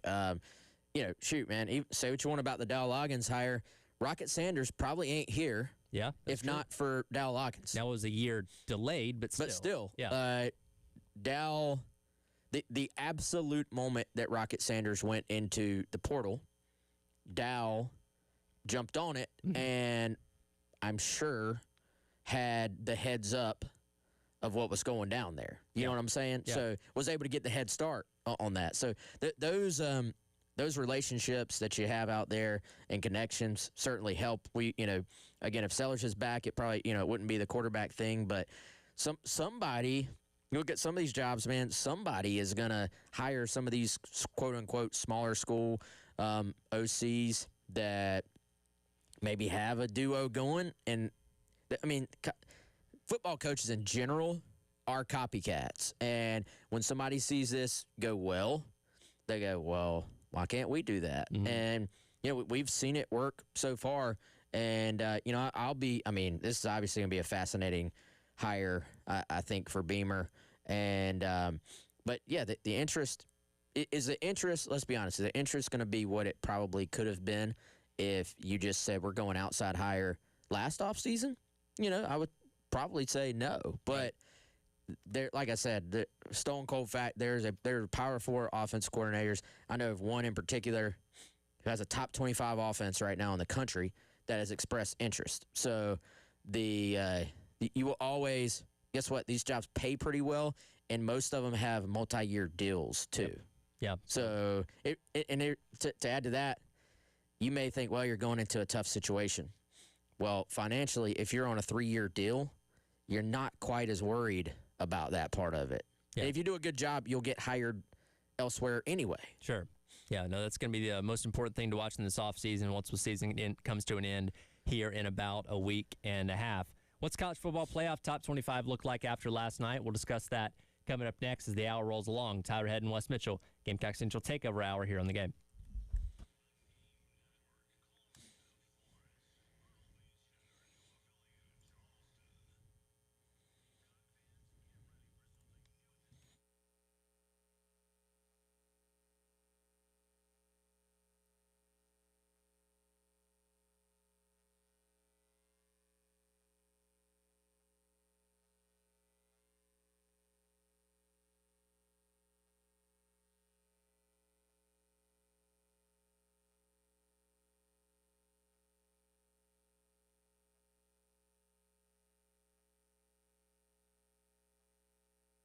All right, guys, let me tell you about our friends at Integrated Media, 803-948-8327, integratedmediainc.com.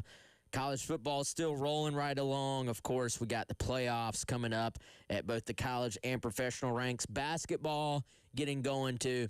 Excellent time to upgrade that man cave. And what a great Christmas present for yourself to upgrade the man cave. New TV, surround sound. You know, you can have it all running off of a tablet system, including upgrading the smart home services all around your home or your security and cameras as well. Now, maybe that's as simple as I just want to upgrade the viewing experience in my living room for these games. We're going to have family in, friends in.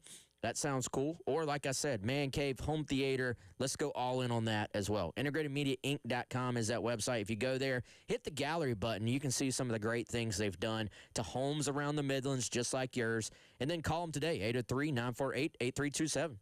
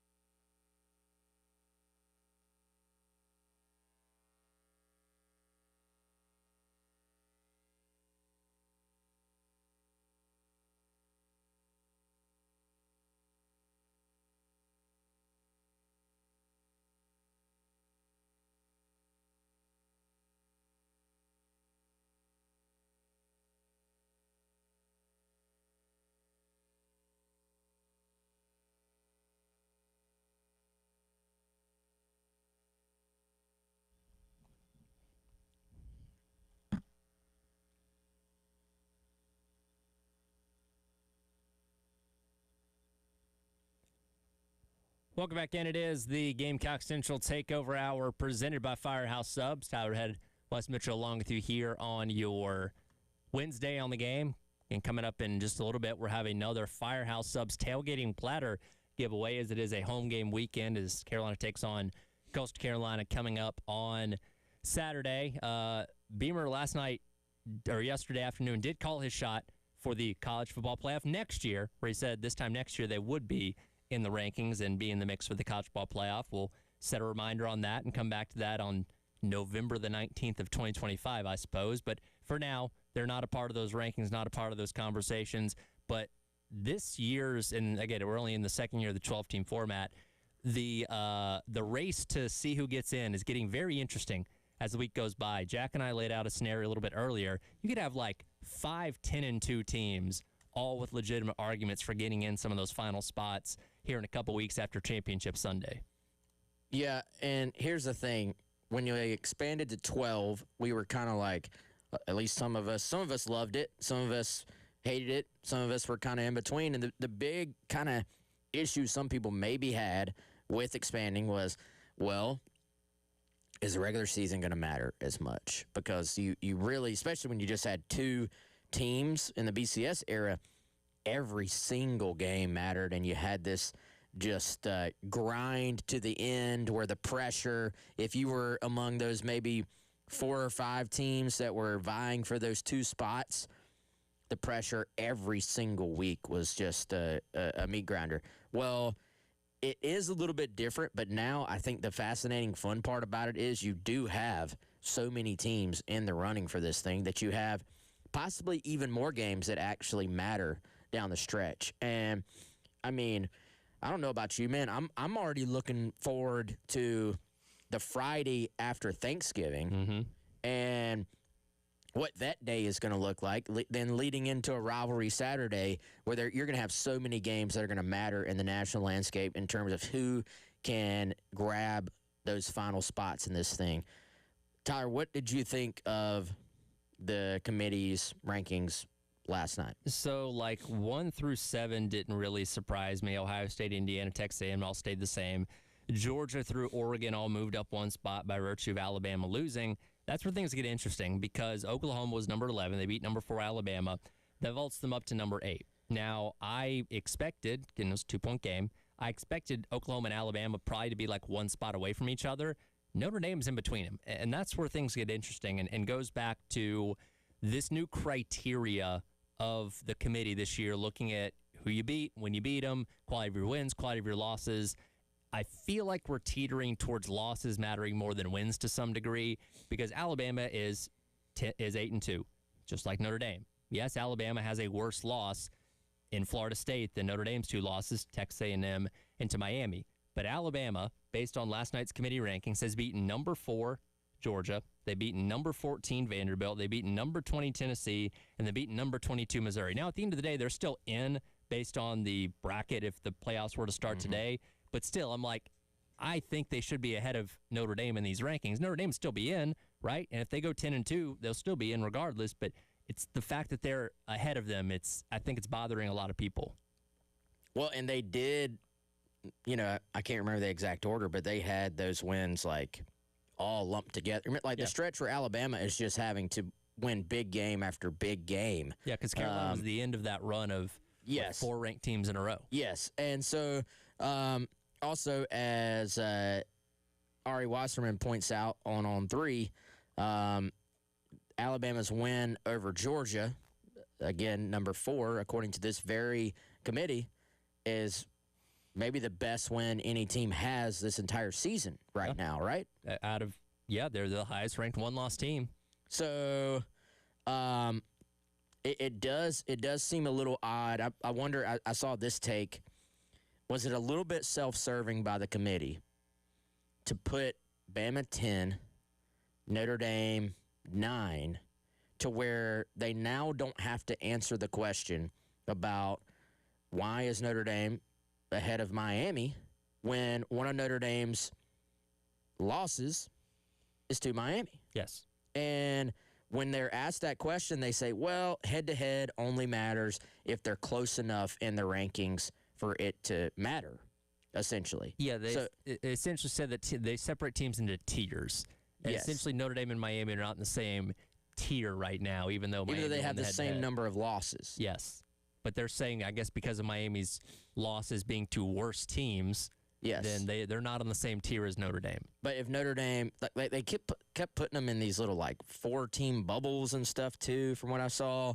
But if Notre Dame is 10, they're much closer to being in Miami's tier at that point, and to where people are going to very much say, well, they're a couple spots difference. How can you not say they're comparable at that point? So, but I mean, if you go through the run that Bama did here, and here's the thing, it's not like, they lost to Florida State. It's not like losing a close game to Oklahoma, who this very committee has, where do they have them at? I just lost it. Who's that? Oklahoma. 8. Yes. Yeah. This very committee has 8th. Losing to them really shouldn't be By 2. in a close football game that could have gone either way. That's to me, that's kind of like, in the NFL when you have 2 great teams or 2 really good teams play, one has to win, one has to lose. Sure. Now if anything, I think Oklahoma is maybe the team the last few weeks that has maybe outplayed where a lot of us had started to slot them. They obviously, there were some people early on, certainly in the preseason, we had some national folks on who were going, Oklahoma is my surprise team of the entire season to take a big step. Well, then Mateer gets injured. They lose to Texas. You're kind of going, well, maybe Oklahoma is not as good as we built them up to be. Now Oklahoma gets a big win at Tennessee. It basically was an elimination game for those 2 programs for the college football playoff. Yep. And then they go to Alabama and win as well, which let me just add, I did pick in our pick'em. And Jack Veltri didn't highlight me at all for being the only one He to didn't pick acknowledge you. He always does that for other people. Because he and Elijah picked Clemson to win Friday against Louisville, and he gave Elijah and himself a shout out. But yes, himself. None for you. Himself for a shout out. Picking Oklahoma correctly. Real quick, so the Miami thing, I feel like they're being gaslit by the committee because, and I know the way they put the bracket, it's like the playoffs started right now. They take the highest ranked team, assuming they're the conference champion. But Miami's not going to play for the conference championship. They have to be in as an at-large. Yes, they're the highest-ranked ACC team, but, I mean, it looks like Georgia Tech and Virginia are going to play for the title, and the winner of that goes in, while Miami has to hope for chaos in front of them. It's very odd. It is, and I think if you don't, really look at this thing, if I have no reason, South Carolina's obviously not in this thing. Right. So I'm more looking at this casually. And I'm like, oh, wow, Miami's in right now? It's very easy for even, I don't even want to say a casual, even a decently connected college football fan to be like, okay, Miami's in. And you really have to dig into it to be like, no, Miami's path is actually pretty dang narrow, I think. And they mathematically have a path to the ACC championship, but they don't, from what I've read, don't really have a great, they need a lot of help. Yeah. So you need a lot of help to get to the ACC championship. You're going to need help to get to the college football playoffs. So, even it's weird, I'm sure you're a Miami fan, to see your logo up there. That's the projected playoff right now. Mm-hmm. It's really not. If anything, dude, I don't really think we should project it like this. I actually think we should project it as, so who would be in the ACC championship right now? It would be Georgia Tech versus Virginia. Yeah. I think we should actually, why did we as a media agree to do it like this? I think you should put Georgia Tech / Virginia as the projected bracket right now, right? Yeah, you would think. It's like when... That's not a projected bracket at all. It's not. It's like in the NBA when a trade happens on draft day and somebody gets drafted by one team and they put on the hat, but you already know they're going to the other team. Luka got drafted by the Hawks. People forget that, but he was already traded to the Mavericks. But he put on a Hawks hat, and it's like, well, he's not a Hawk. He's going to be a Maverick. We don't need to make this complicated.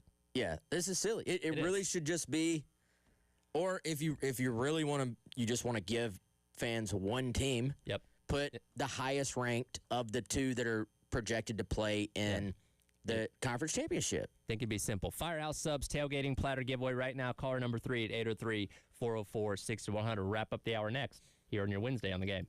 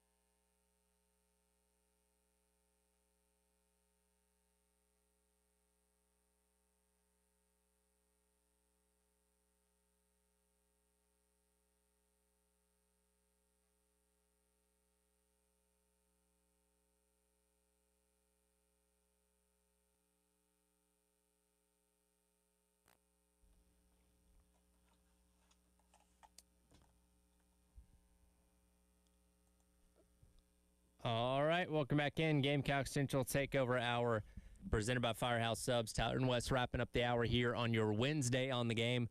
Tonight, women's basketball in action as they take on Winthrop. Pregame coverage starts at 6:30.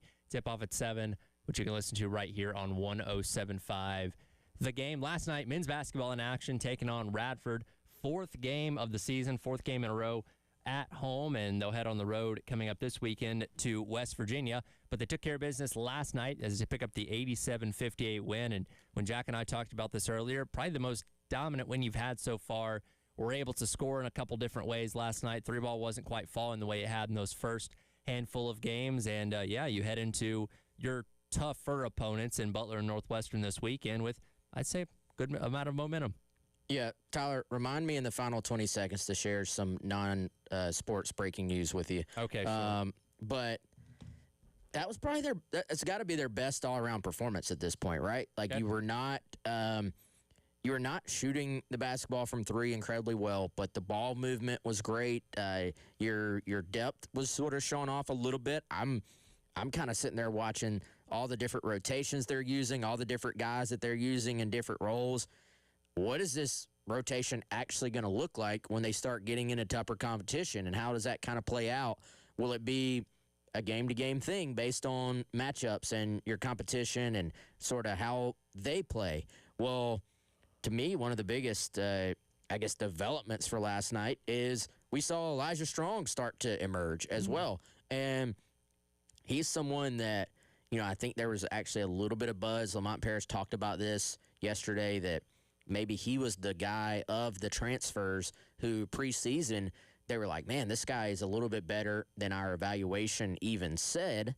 And then, you just didn't really see a whole lot from him the first couple of games of the season. So for him to come out, show you some moves with his back to the basketball, show he can score, show he can give you some of that presence, actually has a pretty nice looking three-point shot as well. We saw that in the second half. And, we're finding out there's a lot of guys on this team that can help you. I think the question is going to be moving forward, what do these rotations actually look like from a night-to-night basis? And also, one thing that just stands out to me, Tyler, is that, Eli Ellis may be coming off the bench, but every rotation I look at, I'm kind of like, wait a second. Eli is still on the floor.